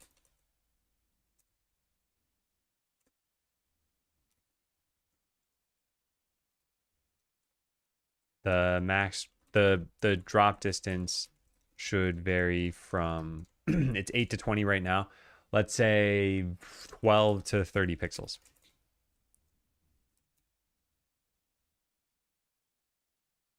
Yeah, that's it. That's the whole change. Oh yeah, no, that isn't the whole change. And then if the player transitions, if the player goes through a staircase without picking up coins dropped in this fashion, they should respawn Like the coins should be created in the new room near where the player spawns.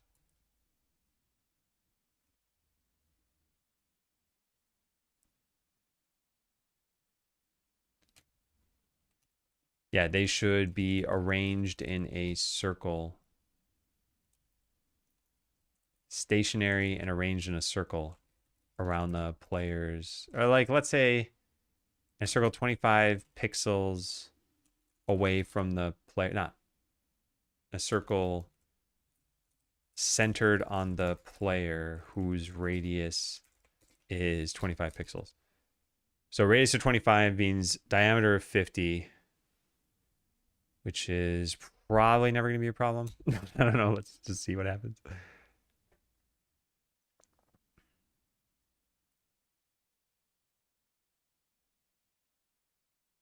Yeah, let's try that. And you know what? Because we're probably approaching kind of the end of the stream. Yeah, we should probably just run this in 1.5x speed. How long did I stream in the morning? Yeah. So we have like an hour, basically. And we got 46% remaining. So yeah, let's just burn through this. All right. Where'd that go? Here. So it's in plan mode already. Let's set this to extra fast. Or just fast. Oh, it shows a little lightning bolt icon when you do that. All right, cool. In the meantime, let's go look at this. Commit.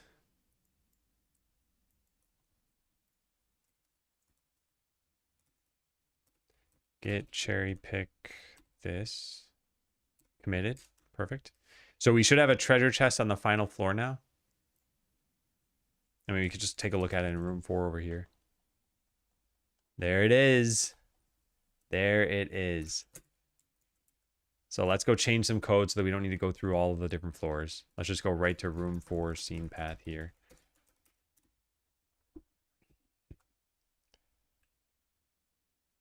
And now I can just walk down the staircase. It'll look like I came back to the same room because we copy pasted it. But now there's a treasure chest. And when I click this, or click it, when I go, what just happened? That looks a little weird. But now I can put bombs down. Very nice. Very, very nice. Let's try that again. I want the animation to time it with actually opening this thing. Yeah. All right, so let's go figure out where in the animation that should happen. Treasure chest. This is not the right treasure chest. Treasure chest in the Dungeon Racer. Yeah, here we go. So the opening animation, it should be like frame 4 or maybe 5. Or maybe 6. Maybe frame 6. Yeah, frame 6. Don't actually emit the bomb graphic until frame 6 of the opening animation.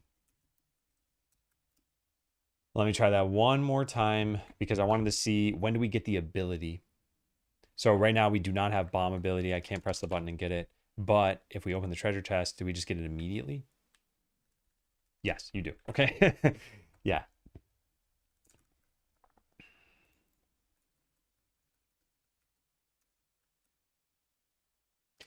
No. How about this? Don't actually emit the bomb graphic until frame 6 of the chest opening animation. Don't grant the bomb ability until the bomb graphic starts fading out. Yeah, I like that. Now this needs input. Which revision should this work target? Create implementation branch from local Dungeon Racer. Did I not click Dungeon Racer in here? Oh my God, no, that's not good. Yeah, no. Okay, thank goodness. I thought I looked that over. Oh, you know what happens? Okay, so let's say you write out a prompt here. You just write a bunch of A's here. You can pick a branch. So I picked Dungeon Racer. And now if I click an old conversation, the way to get back to the one I was just on is I click this new button again. It deletes what you have there and says main again. So that's what happened. I mean, you could also probably just press the back button on your mouse. Speaking of mice, my new mouse was supposed to ship, and I never got a shipping email. Let me take a quick look at that, because I want to open that on stream at some point. It did not go to my spam. They said, what's happening? The first orders are being prepared for shipment. If you haven't already received a tracking email, allow it to 10 days from today. That was 3 days ago. Okay, so 7 days from now. Within 7 days from now, I should get it. All right, so this should be fixed, and the plan here is done. How much of my plan did this use in terms of quota? 1%? Oh, no, 3%. Okay. Recoverable hit coins in Dungeon Racer. Base the work on local Dungeon Racer commit this. In normal mode, every accepted hit will retain the existing 20 coin penalty and scatter exactly 4 recoverable red coins. All right, only when a hit passes this. Extend coin dropper. Scatter 4 red coins around the player, evenly distributed. Give each coin an independently randomized landing distance. Allow an explicit room parent. Support stationary red coin creation without the pop or drop animation. Yeah, sure, that's fine. Add a coin collected event raised immediately on successful body or sword collection. Have Dungeon Racer subscribe. When endless mode is disabled, create and track 4 red coins. Endless mode is enabled. Preserve the existing coin loss without creating physical coins. During staircase transition. You know what we could do? In the endless mode, we could have it drop coins still, but not red coins. So you can't pick up all the coins you lost, maybe. Yeah, that's kind of a cool idea. Let's write that down. Maybe in endless mode, you still drop coins, but just not red ones every time. Or maybe you only drop like 75% of the coins you lost. Maybe they fade away in endless mode. Maybe they shoot much farther away. Yeah, the point is that I don't want there to be no penalty in endless mode. Count the tracks, still uncollected hit coins for free in the old room. Recreate that count as red coins. Position them around the player. Do not call the drop animation. Continue tracking recreated ones so they carry over subsequent ones. Yep, so that sounds good. Cool, and I'm glad it assumed this because that's correct. Clear tracked hit coin state when the normal dungeon is discarded. Yep, that sounds cool. All right, drop 4 red coins means exactly 4 for every accepted hit, even when the player has fewer than 20 coins. Oh, no, that's actually technically not true. Well. Yeah, no. When the player doesn't have 20 coins, when the player has fewer than 20 coins, don't drop any coins. Yeah. And wasn't there something else in the beginning I wanted to change?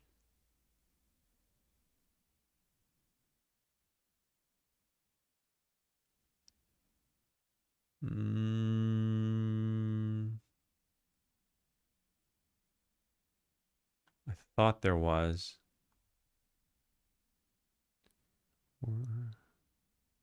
Endless mode damage continues deducting coins, but does not create recoverable. Yeah. And only coins originating from player damage. Yep, that's totally great. All right, so let's do that. Wow, all right, now we can go test this other change here. I think this won't be on the branch that I have though, right? Don't I need to re-cherry pick this? And I'm gonna have a merge conflict? And I didn't commit it in the first place anyway, so I don't know what I'm talking about.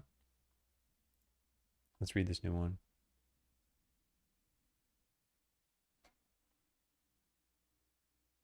Yeah, okay. Implement that. Let me take a look at this one now. So we have a tiny change to treasure chest here. I'll just open this file and we'll just copy the whole contents of it. Where is... There. Okay. Yeah. I know I could have just opened directly with VS Code. I should have done that. But yeah, treasure chest.cs in the Dungeon Racer, paste, and let's try it. And then I will probably take a break. I don't expect that code to take too long, but still, need to use the bathroom. So Let's try this out. So now I don't get bomb ability immediately. Nice. It does show it with the shadow, though. I don't like that.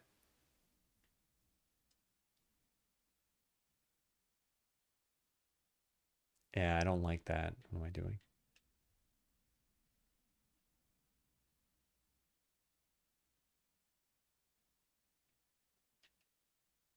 No, wait. Oh, I still have the ability.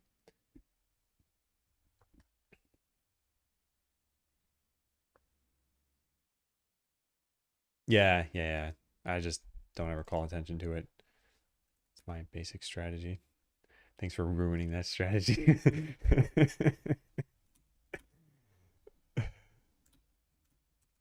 All right, this is fine. I mean, technically, when you leave the game, maybe we should remove bombs from you. Oh, yeah, this is something I should put in the polish section, though, right? When getting bombs from the chest, they probably shouldn't have a shadow on them. Also, we may want to use the raising animation that came with the player pack. No, it's okay. It's not a big deal.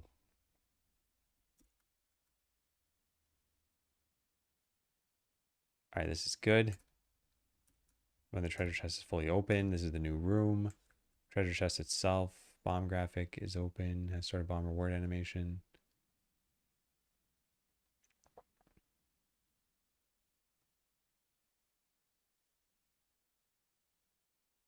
Yeah, that's fine. On frame change, bomb start opening animation frame index. Yeah, that's good. Then play this, tween callback, should call open and then fade out. Yeah, perfect. Ooh, love it. Yeah, great, cool. Add treasure chest to room 4.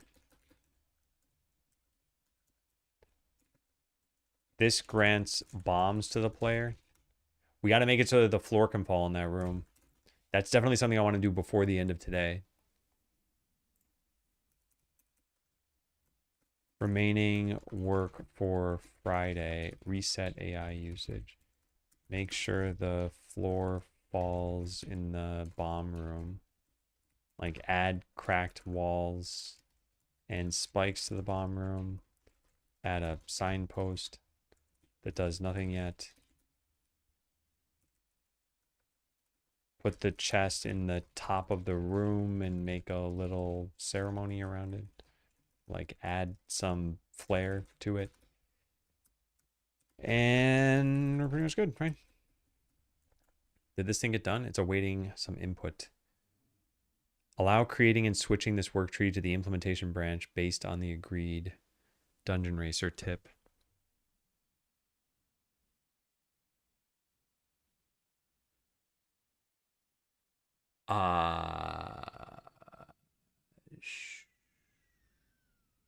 Sure. I'm a little confused here.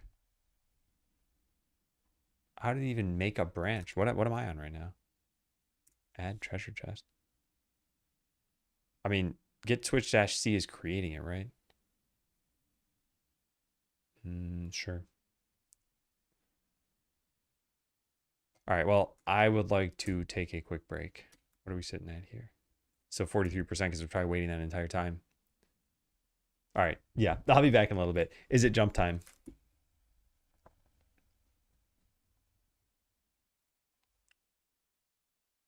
It's jump time.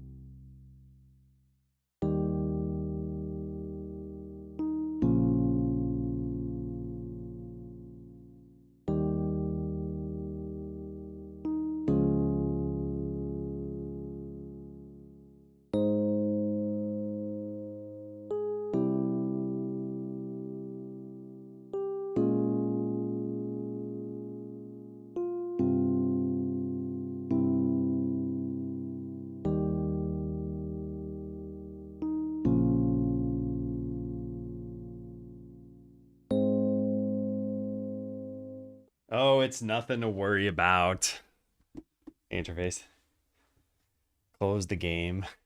Oh, and Steven popped in too. Hello there. Did not hear me. I said close the game. I will not say it another time. Thank you. All right, so this is running on fast mode, which is probably just burning through my quota because it's been 4 minutes of running on fast mode. Actually, that's not bad. Yeah, being at 40%.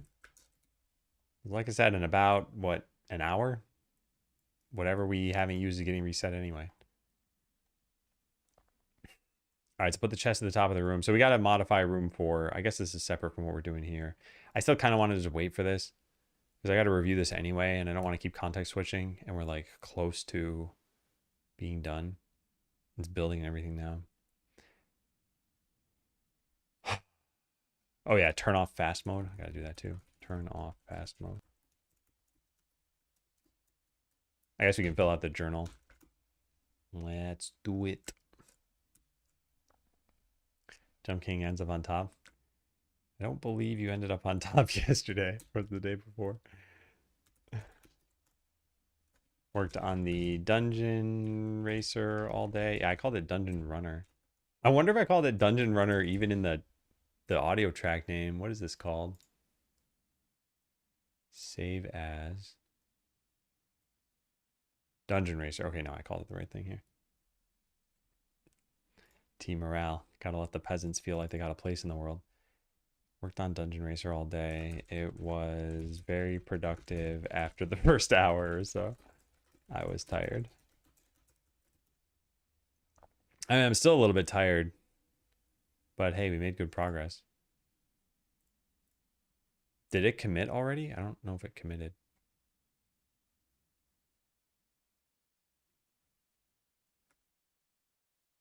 How do we... I mean, I guess it's not...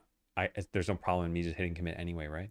Yeah. All right, so what is it? Codex recoverable hit coins. Recoverable hit. Whoops. Coins. All right, let's try it out. So now there's no way, I hope, for you to ever have 0 coins and have no way of solving it. So if I get hit by something, 4 coins should pop out of me. Oh, and I just immediately got a couple of them back. Oh boy. Yeah, oh boy. Well, you definitely move slowly.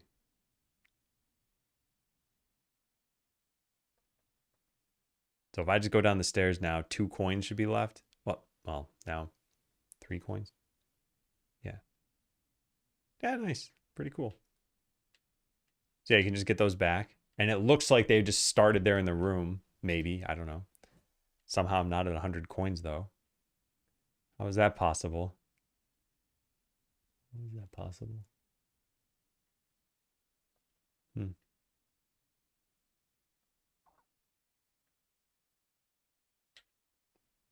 All right, that's pretty good. So I'm at 109, 89, 74. So I'm at 59 coins. And I left how many on the ground there? 4, 8, 10. So there was what? Yeah, so that should bring me up to 109. So when I go into here, we should be able to get to 109. Yeah, we did. Okay, I think it's a pretty good solution. I think we should keep this. We got to fix Y sorting, obviously. But yeah, it's looking pretty good.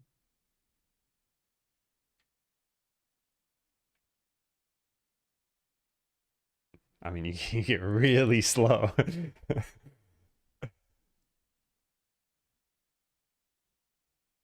We should probably have a sign at the beginning that tells you about this.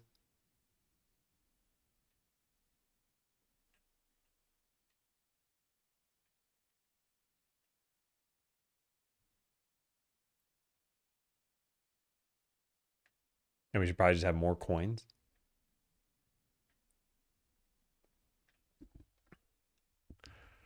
Yeah, 0.05 pixels per minute. That's too fast. Players will get whiplash if I have them go that fast. Should make it per hour. So yeah, I think we should add more coins in here. Where's the fun check? add more coins to the rooms so that you don't have to keep collecting coins you already had. Just to not be a snail. Each room should have roughly like 20 coins more.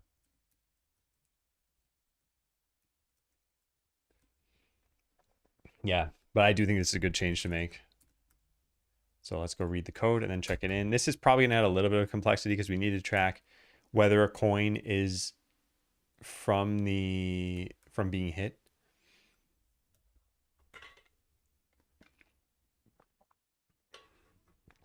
Yeah, this is fine. So producer get parent, coin count 2, color green. That's fine, and drop 4 red. On coin created is a special function passed in, probably to like flag those coins.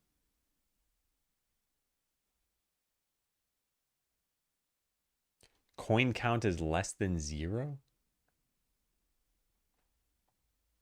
What? Why don't I just put a less than or equal to right here? And if the radius is less than 0? Nah, we ain't doing that. Yeah, we're just going to do this. Wait, no, we're not even going to pass this in, right? Why? Why do we do this? It's just set to 25 right here. Let's just use this. It's never used anywhere else, right? No. Yeah, I'm deleting that. Radius. Goodbye. And goodbye. And now we can just set this equal to here.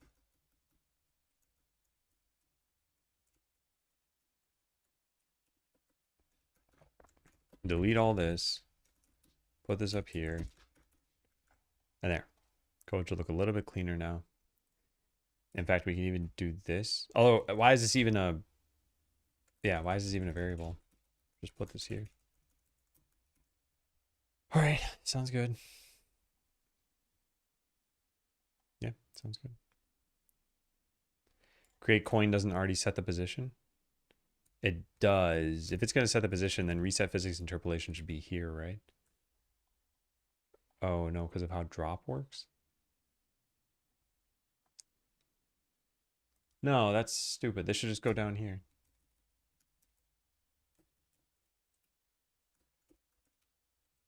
So we don't need to return the coin from this one. Do we need to return it from here? We do for initialization's sake. Why don't we initialize this one then? What does initializing it do? Oh, this is not really init. It's more like make it drop. Make coin drop. Drop coin. It's like start dropping. Hey, Zika. It's going well. How's your Friday been? Yeah, that's a much clearer name for this now. All right, rest of this I think is pretty much fine. Yeah. All right, now what about this? Uncollected hit coins on player hit. Uncollected coins. Coins get cleared when? Reset is in the dungeon, that's fine.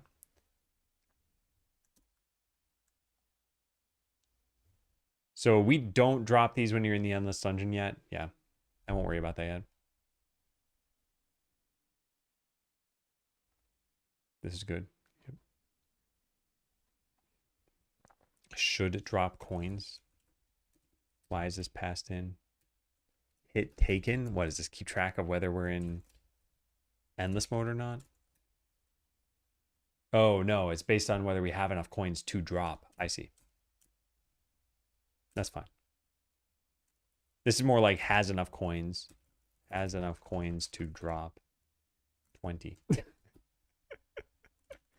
That probably shouldn't have a 20 in there. Yeah, I'll delete the 20. All right, or we're in endless mode or the current room is null. Yeah, sounds fine. Track hit coin. Yeah, pretty good. Pretty good. What do we have here? Hit taken. Easy. All right, so drop, make coins drop on hit. This way you don't move so glacially forever. You can recover the coins. If you go to the next room without doing so, they will appear in the next room for you. This is supposed to be a casual game. And if we had difficulty modifiers, you could argue that, oh, here's a place to actually like just give you life and you just die here. Maybe we should do that at some point. But I really don't think that's the purpose of this game. Oh, you know what I did not look at when you get to the final room? Actually, let's just do this. Set coins to max. Yeah, when you get to the final room, how does a treasure chest glimmer? Yeehaw. Red, blue, green, red.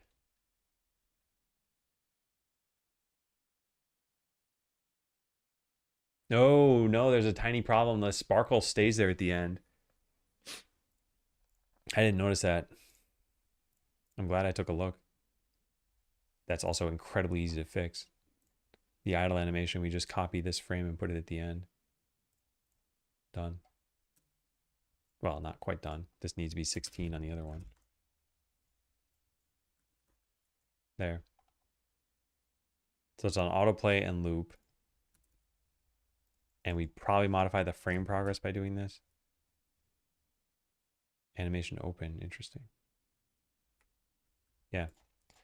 Fix treasure chest idle animation. It ended on a frame with a sparkle on it rather than a clean frame.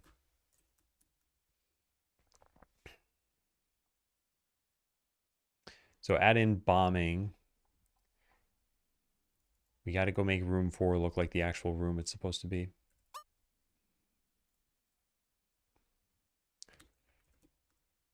Room 4. Okay, so I want there to be a treasure chest at the top in kind of its own little room area. We're not going to go too crazy with this right now. We're just going to get this looking like the basic thing that I want. So select this, clear out a few of these. 2, 4, 6, 7, 2, 4, 6, 8. So clear out one more. And yeah, up here, maybe like that. And then get some of the floor here. All right, so treasure chest moves up to there. Because of Y sorting, this doesn't look good now. So let's just turn this off for a second. So that's where the treasure chest is going to be. Actually, you know what? Let's close in the walls a little bit. Yeah.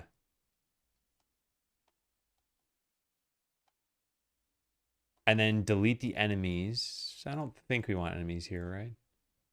Oh, we could make them block the treasure chest. Yeah, sure, why not? Put one here and put one here. And we could make them red. It doesn't actually mean anything for them to be red. They don't do more damage or something.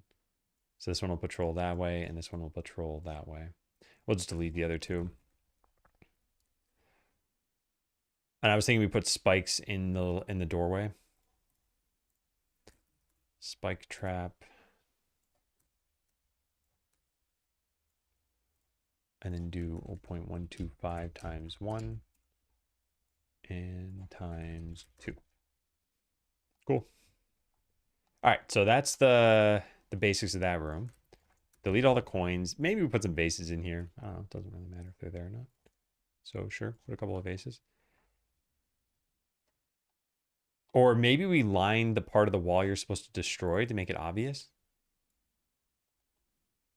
Yeah, and then we go pull, where's the texture? Do we even have it here? Yeah, we do have it here. This is going to look a little strange though, because it's not really supposed to go here.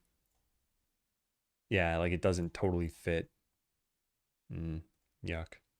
It's supposed to be part of like this sort of segment. So I put this here and then a cracked wall, and then the edge, it would look fine. But yeah, it does not look good with it up against that wall. I don't really have any other graphics I can use for this though, right? Yeah, that's pretty much it. Maybe I could just draw the edge on it myself. Hey, Tensei. First reset expires on the 18th, which is in 11 minutes. I did it. Did you get down to 0? Now, the other thing we could potentially do is we could put like just straight up rocks here. Because that's another thing you frequently see in video games. But yeah, let's just leave this here for now. 26%. Okay, yeah. Yeah, it reset twice automatically for me, as in OpenAI reset it. So this week, I've probably used a combined total of like 210% quota. Is X high fast all day? Yeah. Yeah, I got down to 39%. Maybe we can find another like task or two, but yeah, it's hard to churn through it all. All right, so here's the room. Is there anything else we want to do here? I don't think so. I don't even think the room needs to be this big. Like, there's really no reason for it to have all this on the side here. But that's probably a good start. Yeah, that's probably a good start. Improve. Oh, what branch am I on? Yeah. Improve room 4. I changed the layout, added the cracked walls. Yeah, that's it. All right, so that's done. Add cracked walls, spikes, add signposts. I didn't do that yet. Yeah, we'll do that later. Make sure the floor falls in the bomb room. Yeah, let's go do that. So this is something that's pretty good for AI. New work tree on Dungeon Racer. So rather than having the player press game specific to,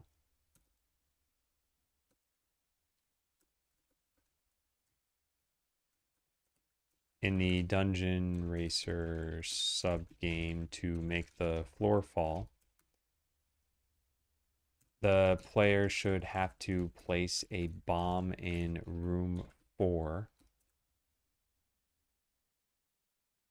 near the special walls on the left edge. Doing so should make the floor start falling. I kind of wanted to make it a little bit more cinematic. Like, you bomb the wall and then the screen shakes or something, but we could do that later. And honestly, that's it, right? That's all we have. So I'll put this in plan mode. But we're running on fast extra high. Yeah. All right. So this is done. What else do we have? All right, so now we should think about this for a little bit. How is the endless part supposed to end?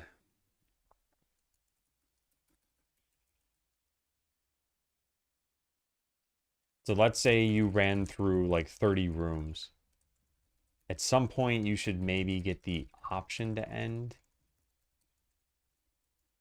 Maybe there are 2 paths and a sign clearly indicates whether you want to leave or fight the boss.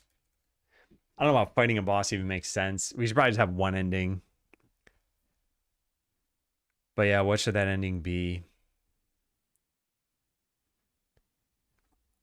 I don't know if I should pursue this from a funny or a serious perspective. Like, you have this dungeon falling behind you. It'd be sort of funny if there's a guy talking to you who's just really slow. They're texting going like do do do do do do do do do do, and you see the dungeon falling. It's catching up to you. You're like, hurry up.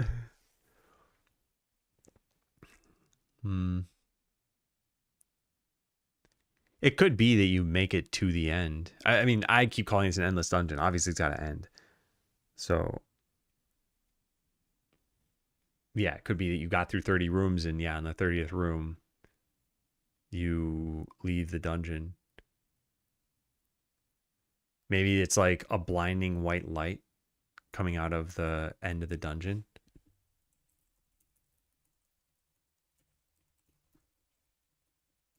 Actually, you know what? That'd be kind of cool. Like, maybe just before that, there's a line of tons of coins and you move faster and faster. Yeah, I like that a lot. Okay, I like that a lot. End of the dungeon. When you've gone through, say, 30 rooms, we should generate a predetermined end of the dungeon. The piece, so it should be a very long corridor with tons of multicolored coins meant to more than max out your coin meter. Maybe we even raise the max just for that segment. You move faster and faster. There's a blinding light at the end of the tunnel, and you escape at like maximum velocity. Yeah. I like that a lot. I think it's very cool. When should the room 4 bombs start the falling floor sequence on explosion? Yeah. Yeah, that would be cool. That'd be really cool. And there could be an NPC in there somewhere. I gotta think of how we're gonna inject more of the story throughout the game and not just after you're done with a sub game.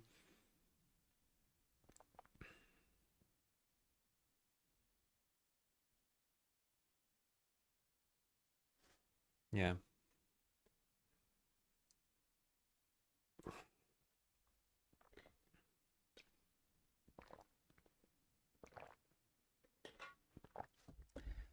Die in the normal dungeon, just probably reset you to the beginning. Die in the end. We need some kind of reset point. We're done with that stuff. Add in the UI.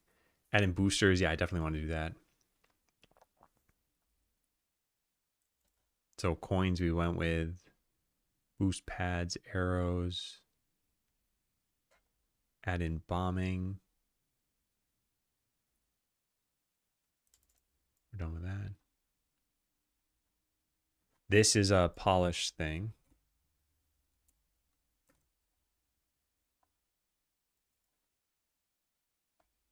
Okay. Yeah, we're on track. All right. Trigger room 4 collapse of the bomb. Replace the game specific shortcut with a one-shot trigger activated when a bomb's explosion overlaps the cracked walls. Add a reusable bomb trigger node with an item potent try trigger. Extend bomb explosion handling to activate overlapping bomb trigger. Add a trigger region in room 4 centered over the 3 cracked wall tiles. Have room 4 translate that trigger into that. When it loads, register its tile map route. Remove game specific 2. Let the existing falling floor system shake and drop the cracked wall column naturally as a collapse begins. All right.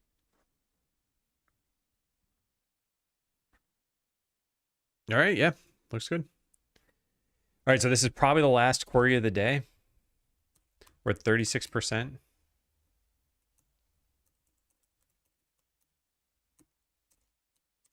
We already filled out the journal. Let's go clean up some of this stuff. Stop using the scene collection route. Yeah, I did that. I think dying in the top-down shooter has a messed up animation. Top-down shooter. Where's the cleanup for this? Now I'll just put this here. And this was as of yesterday. For spike trap, calling get overlapping bodies. Instead, track when the player enters. I think we already did this. Spike trap, get overlap. Yeah, we already did this.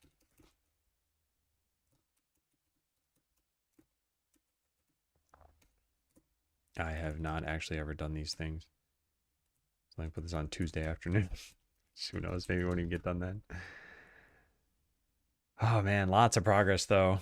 Lots and lots of progress. Yeah, this one, I feel like maybe I am getting a little bit faster. I mean, I know I'm also using AI, but I think I'm getting a little bit better at like figuring out what we want to do for these micro game designs that we have. Maybe we should fix that too. Make it so that you can go through the vase as soon as it opens. Yeah, I think that'd be nice. I'll just make this change locally because it should be pretty simple. In the Dungeon Racer subgame, rather than having vases block the player's movement. This is, why am I even describing this? I should probably just look at how this is done.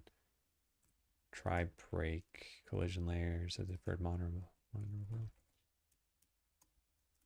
Where do we call this? Wait a sec. Yeah, the sword hit area does this, but it's not until an animation finishes that we disable collision. I should probably just do this immediately. Yeah, there, done. No need for AI.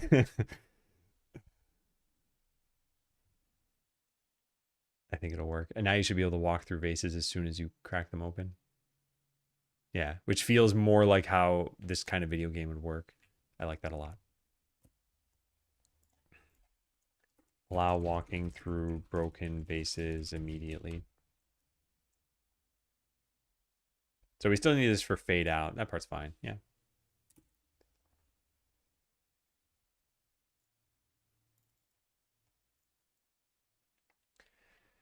Yeah, we can play the music over this.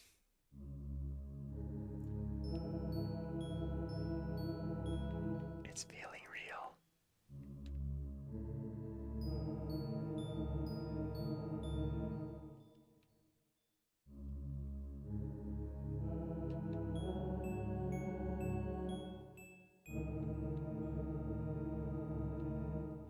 Doesn't take that long to get through here.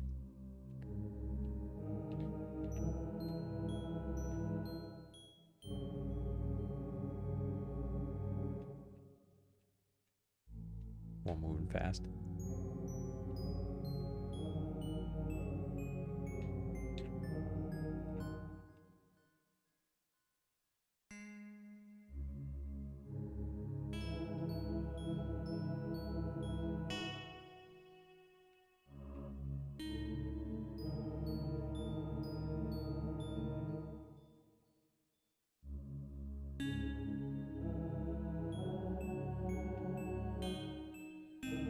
Oh, you just walk through this. We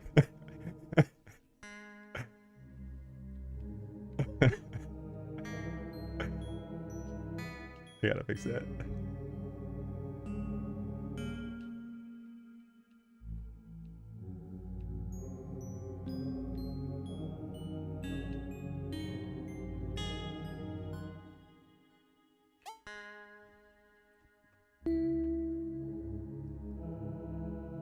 Uh-oh, why is it trying to do that?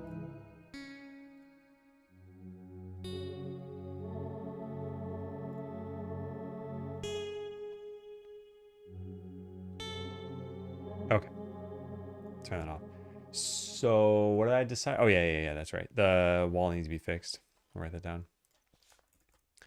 Make sure the cracked walls in room 4 actually stop your movement.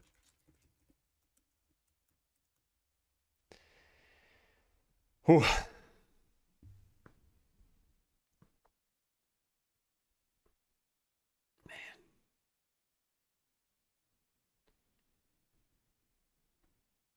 You know what? One of the things I realized, like, most sub games last about as long as their soundtrack lasts. The exceptions, I guess, the loot boxes game and maybe the top-down shooter. And who knows, maybe this game too. It pretty much means that you can experience the entire soundtrack in the time it takes to play the game. It's not usually the case. Usually you hear a track loop for several times. Also, I mean, especially in the case of a game like Link to the Past, How Long to Beat. I think this is, what, 15 hours or something? Yeah, 15 hours. And the soundtrack is, I think, 50 minutes. Something along those lines. So it's like, all right, you're hearing the entire soundtrack loop like 15 times. That's not exactly how it works, because, yeah, some places you only go to once or twice in the game. But, yeah, you're hearing the dungeon music quite a lot. You're hearing the Dark World music quite a lot. Overworld theme. Need to have a game break when the track ends. Yeah, you just stop as soon as the music's done. Hey, must go Musto. So yeah, fast mode is really not that great, it seems. Like, you might as well use it in these cases. And if we're to believe that it's about 1.5x the speed, that, yeah, if this were to finish right now, it would have taken another 5 minutes or so. But I don't think I would want this on a regular basis. In fact, I'm going to go turn it off now. Let's go test out the changes. Trigger floor fall with bomb. Get cherry pick committed. All right, I do not want to have to go through every room again. So we're going to do the same thing we did last time, which is to change this to room 4 immediately. To do change back to 2.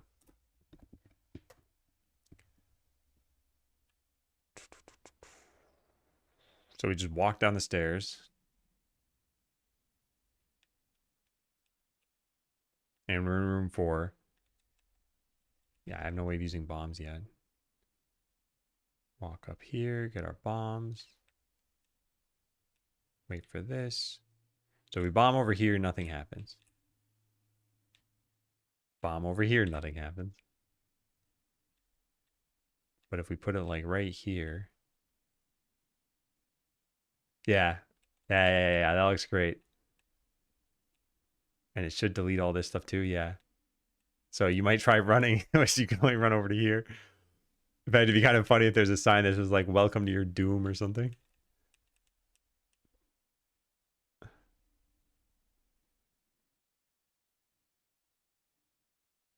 Yeah, this is great. This is absolutely great.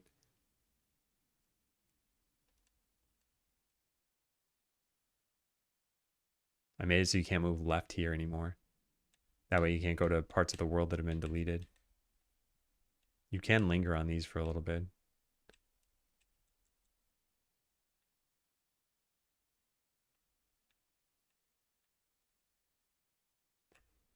Very cool. Very, very cool. I almost wonder,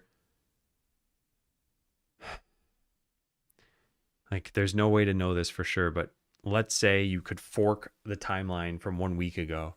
And in timeline 1, I was like, we're going to do this the Skeleseller way. I use AI just for autocomplete, no agents. And timeline 2 is exactly what we just went through, which is I used agents. We got to this point in 5 days. What would timeline 1 have taken? Like, what would the code quality be? What would, I don't know, all that stuff. Like, what would have been different? In my personal take, because this is not purely a hypothetical, right? I did make Skeleseller and I was doing everything pretty much manually. Is that it would have taken at least double the time. And there would have been days where I'm like, cool, we got the floor falling. And that would have been the feature of that day. And that's it. And I think one of the risks with that is just this game is so many different sub games that the longer I spend doing boilerplate time and again, the more it's going to feel like, oh God, like, what am I doing? This game is not fun to make. And yeah, I think that's one of the issues with making, 12 games in one or something. Can you imagine how UFO 50 people felt making their game?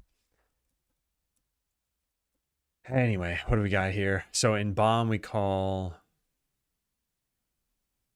try trigger, bomb trigger being the destructible wall. We should probably just call this destructible wall, although it is technically just triggered by this. So let's just say this is used for the destructible wall that causes the floor to fall. I am so happy with how this has turned out, though. Yeah. All right, nice. That's deleted. Happy with that. This should be what it used to be. This is fine. But did we ever do this in room 1? Init normal dungeon. I don't think we need to do this anymore. Yeah, I don't think we need to do that anymore. Okay, cool. Yeah, I remember reading online before I started like going sort of all in on AI agents that some people are like, "Oh, I have a hard time picturing my code base and where things fall together." And I don't think that's happening. Maybe it's because I'm not going at like hyper speed here.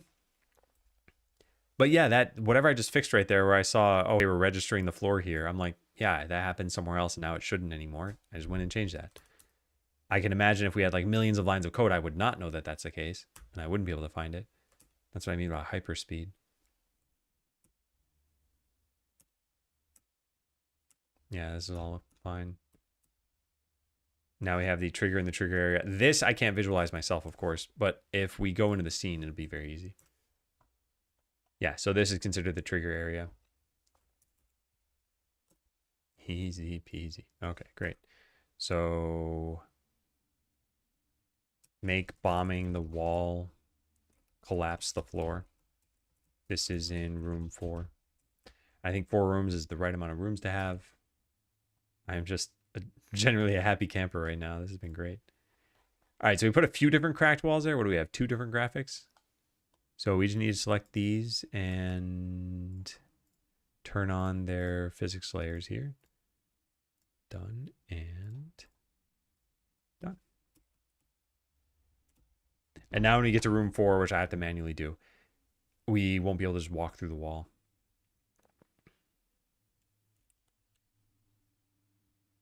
So I'm just going to run there as fast as I can.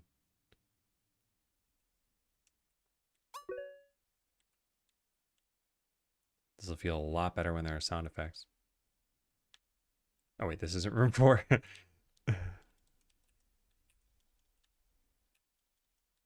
3 seconds was just the right amount of time, too. Nice. Yeah. Very nice. I do kind of want there to be a sign over here. I think it'd be funny. I need to do that.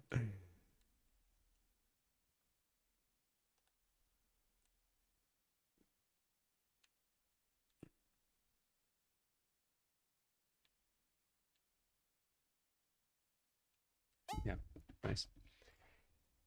Fix collision on walls in room 4. Just place a mirror. All right, so reset usage. We got to go do this now. We ended up getting down to 32%. Yeah, maybe I could come up with something else for it to do, but yeah, this has been pretty good. All right, what did I say I wanted to do though? I got to reset AI usage. I know that. I turned off fast mode. I did this. I did this. I just need this now. Could have sworn I said something else though. What was it?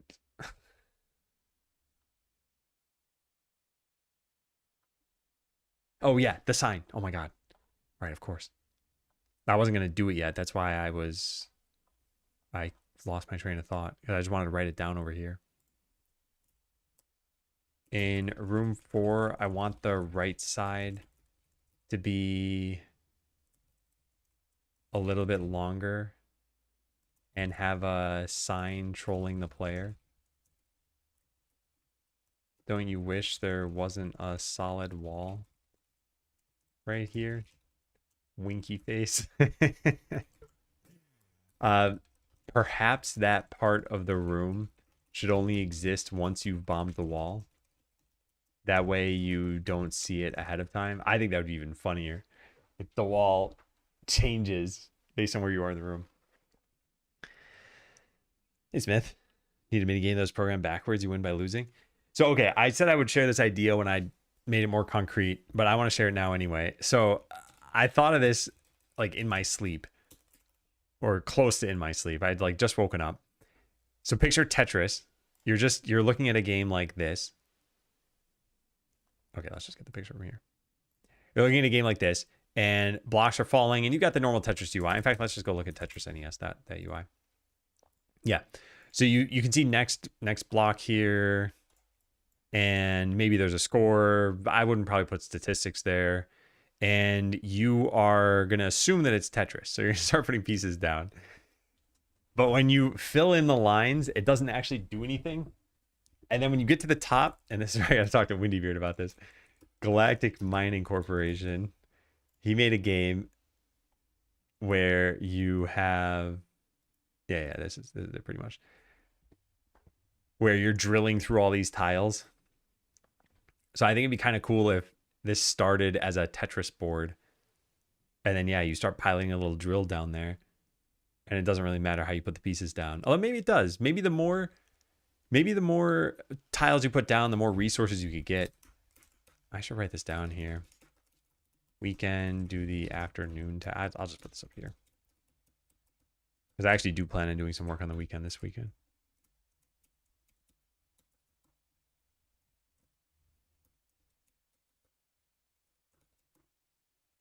Okay, so for my Tetris slash GMC idea, maybe you should put as many blocks down as possible so that you get more resources. I should plan this a bit and also reach out to Windy and ask if he'd be okay with me using the drill graphics and maybe some power-ups or collectibles or something. Are there legal ramifications of implementing Tetris-ish stuff? Hey Phil, yeah, I think there are in general. Like if you made Tetris mechanics, I think that could be problematic. I'm not sure where it stands if you're not implementing Tetris mechanics, but you're using Tetris blocks. So I should actually look that up too. Because it's not important that it is Tetris. It just needs to make the player think that it's going to be Tetris. And then they're like, well, lines aren't going away. Like, what? What's happening here?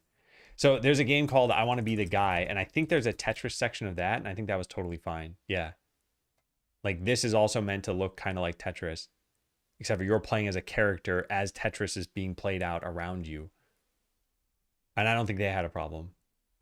So yeah, I think there's only a problem if you try it. Like that's your whole game. In fact, actually, a lot of these rooms in I Want to Be the Guy had Nintendo references and callbacks. Is there actually a movie called I Want to Be the Guy? I only know about the game. All right, so look up the legality of this stuff. Like how Tetris-ish can I get without crossing the line? So my understanding of this stuff, and I'm certainly not a lawyer, is that it all depends on the experience of the consumer here. So if you make a game called like, I don't know, Zetris or something, and it's practically Tetris and you change the colors of the blocks or whatever, like, yeah, that's crossing the line. They'll probably crack down on that. But if you have, a matching game or some game where you're connecting blocks and it deletes them in lines, it's like, all right, yeah, that's not a problem. I mean, of course, you could be violating some kind of patent. I know Nintendo patented the whole Pokemon collection thing and then had to walk that back.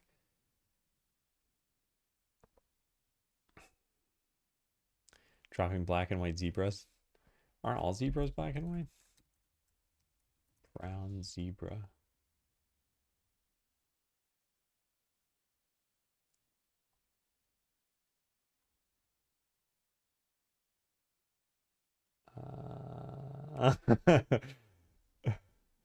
Some are white and black. Classic joke. What's black and white and red all over? So we should probably reset this now, huh? Unless I have some idea of something I want to do in the next like hour, but I think I'm going to be done. Maybe we add in the F-Zero boosters on the ground.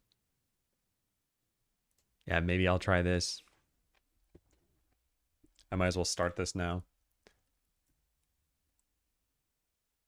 And yeah, I made the knight character. I think the knight character has too many animations for me to want to do now, though, right? Where is this? Knights with shield. Let's pick Dark Knight. This is just Batman here. Actually, I can't even see the Dark Knight. Let's go here and look at the Red Knight. They got some sword animations just like you do. Yeah, I mean, this would be a pretty good task for AI. Is like go add all these animations. We might only need one or two of these. Like maybe they just slash at you once. What else do we have here? Whoops. This is their blocking animation. We probably don't need that. We do need their death animation. This is when they get hit. But I was thinking you'd hit them with like a bomb or two, maybe two bombs.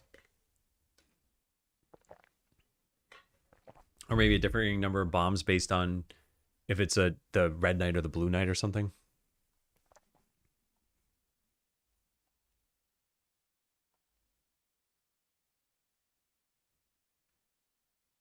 They have a standby spreadsheet as well.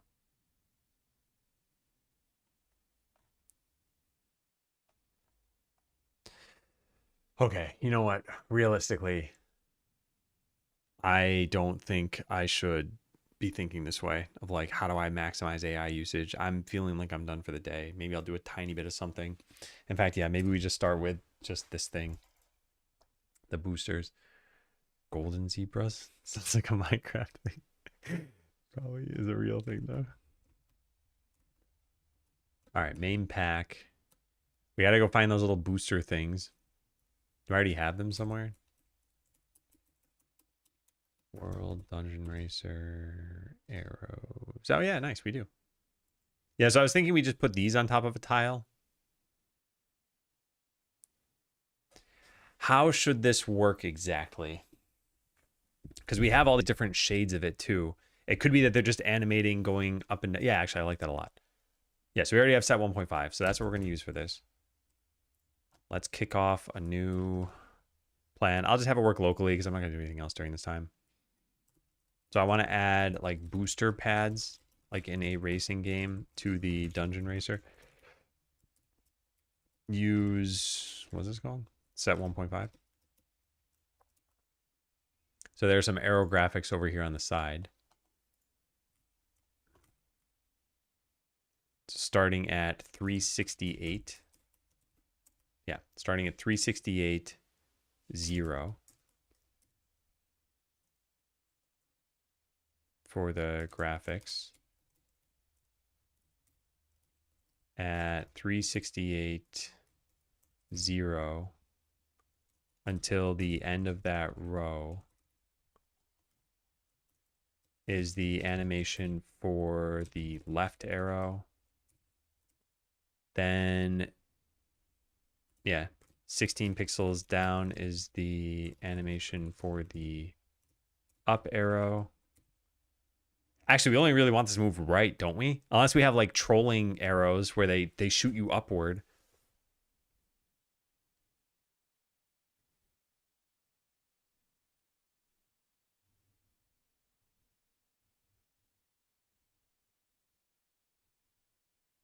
I think we'll just add in left, or no, we'll just add in up, right, and down. Yeah. So 16 until the end of that row is the animation for the down arrow. 16 pixels down from that is the animation for the right arrow. And oh, I just clicked. Okay. 16 pixels down from that is the animation for the up arrow. I said this wrong anyway. It's up, right, down. Okay, I don't want to add a left arrow since the game progresses from left to right. So yeah, how should this work? Should it be that each one of these gives you just a tiny boost and we tend to put them like several in a row?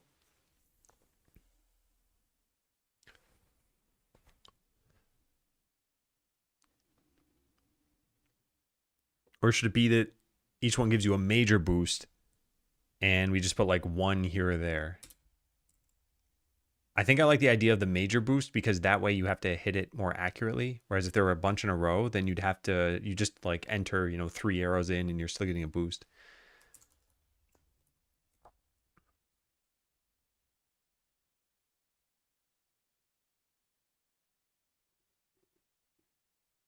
What do we call this? What do other games call this? Mario Kart 64. Were there boosters in that? I don't even remember. I remember Mario Kart Raceway had them.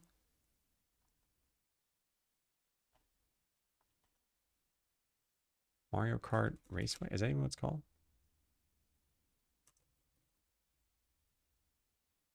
I have no idea what you even search for this. Did Diddy Kong Racing have them? Yeah, I definitely had them because there was a boost trick, right? So what did they call these? Those things on the ground. Like, is there a common term for that? Is all I'm trying to figure out.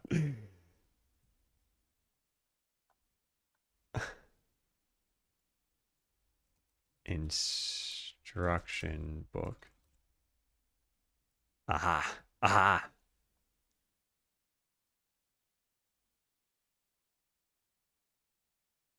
They have a term for it. That's the end of it. Okay, well, I don't know. All right, well, maybe we just call it like boost arrow or something like that. Name the resulting scene boost arrow.tscn or boost pad. I'm going to call it boost pad. Booster pad. Boost pad. Boost pad. Yeah. When the player comes in contact with a boost pad, it should launch them in the direction of the pad. All right, so how do I want this to work? Like, you should still be able to control it a little bit. The player can still control their character, but they will either be helping or fighting against the force applied by the boost pad. If they hit a right boost pad and hold up, they will move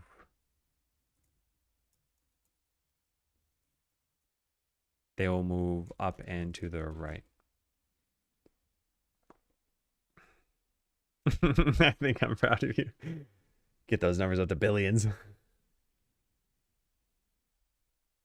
right, is there anything else with boost pads that we want to do? Like, what if an enemy touches them? I don't think enemies should be affected by them at all. Unaffected by boost pads. This is just for the player. And if a player hits 2 boost pads in a row, the second boost pad should completely overwrite the velocity from the first, or in quick succession.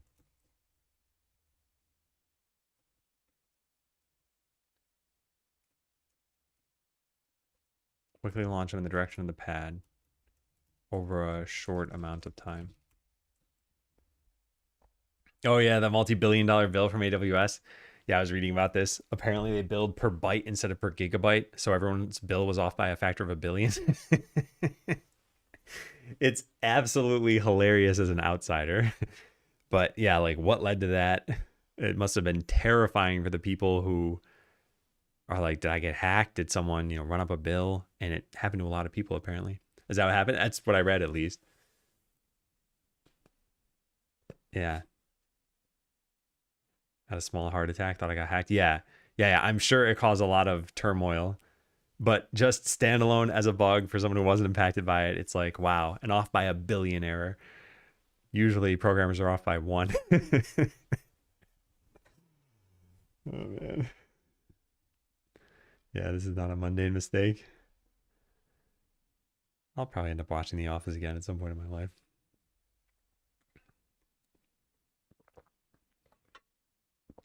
Yeah, exactly, Sorrow. Exactly.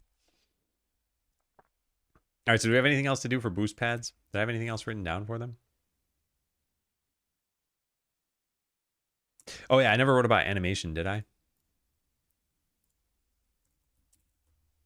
The animation should play in ping pong style from one end to the other end of the row in the sprite sheet. That way it looks like an arrow being illuminated.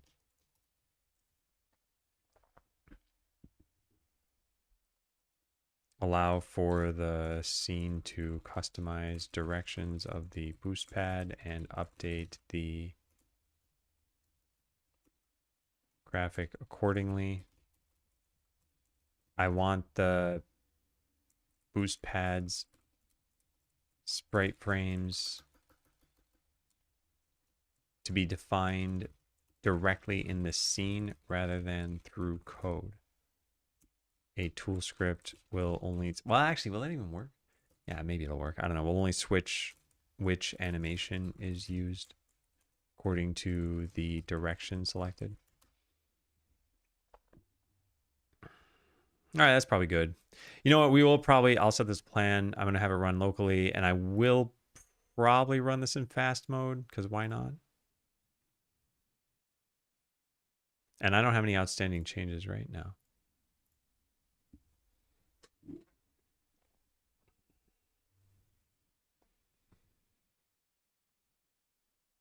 CTO pushing down, you must now use AI for your work, and they wake up this morning with a massive bill. They think that that's responsible for it.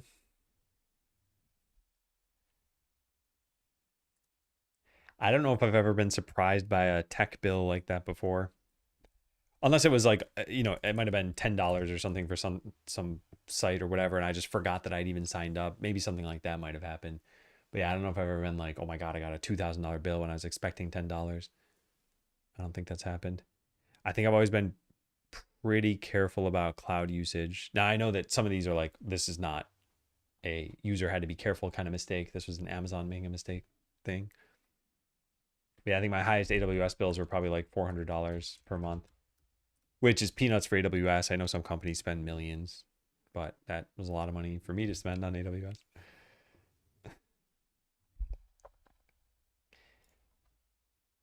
All right, so this is what we're working on now.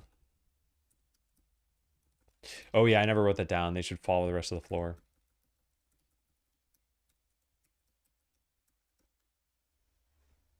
It's a single lambda function. 1 penny per month. That's not bad. Not bad at all. Yeah, I should probably say make sure the boost pads fall when the floor falls. Yeah, there we go. Steer. All right, so by the time this is done, we'll have probably gotten down to somewhere in the mid 20% or something. I'm not going to play this out over the course of the stream. I'm going to probably just end the stream and raid somebody. But yeah, this is with me trying to use as much AI as possible. And today we did a lot of stuff and we used, what, 50% pretty much, if we get it down to 24. Now this is of the weekly quota. So using 50% in one day is a lot, considering that you could only do that 2 days in a row and then you wouldn't be able to use it the other 5 days. But yeah, I have 4 resets. So we're going to use one today. We'll be back to normal. Everything should be fine. I could be a little bit more careful about this in the future if I wanted to also. But honestly, just spending $100 instead of $20 a month is not that bad considering how much time this is saving. So let's go find somebody to raid.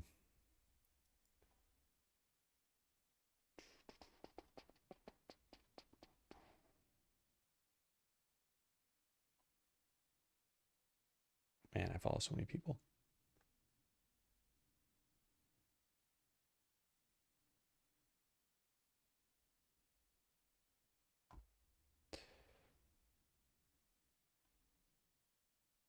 Where is Fail to Survive? Why is he not online right now? Something must be wrong. All right, let's find someone new to raid. I liked raiding, I think it was Pixeliana yesterday. Wait, what? What's going on in this? Oh, as in recommended for you? All right, who have I not raided who doesn't have a super long uptime right now? I don't think I've seen this person before.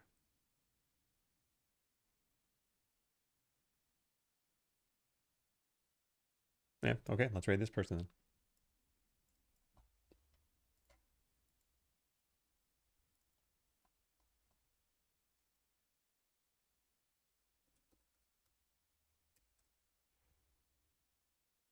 All right, I think I accidentally tried triggering that in their chat. You apparently can't do that. Okay, there we go. I triggered it in my chat now. Yeah, thank you all for being here. I'll be back on Monday. It should be a normal development day, assuming nothing goes terribly wrong over the weekend. I hope you all have a good time. Thank you for watching me today. And yeah, see you next time.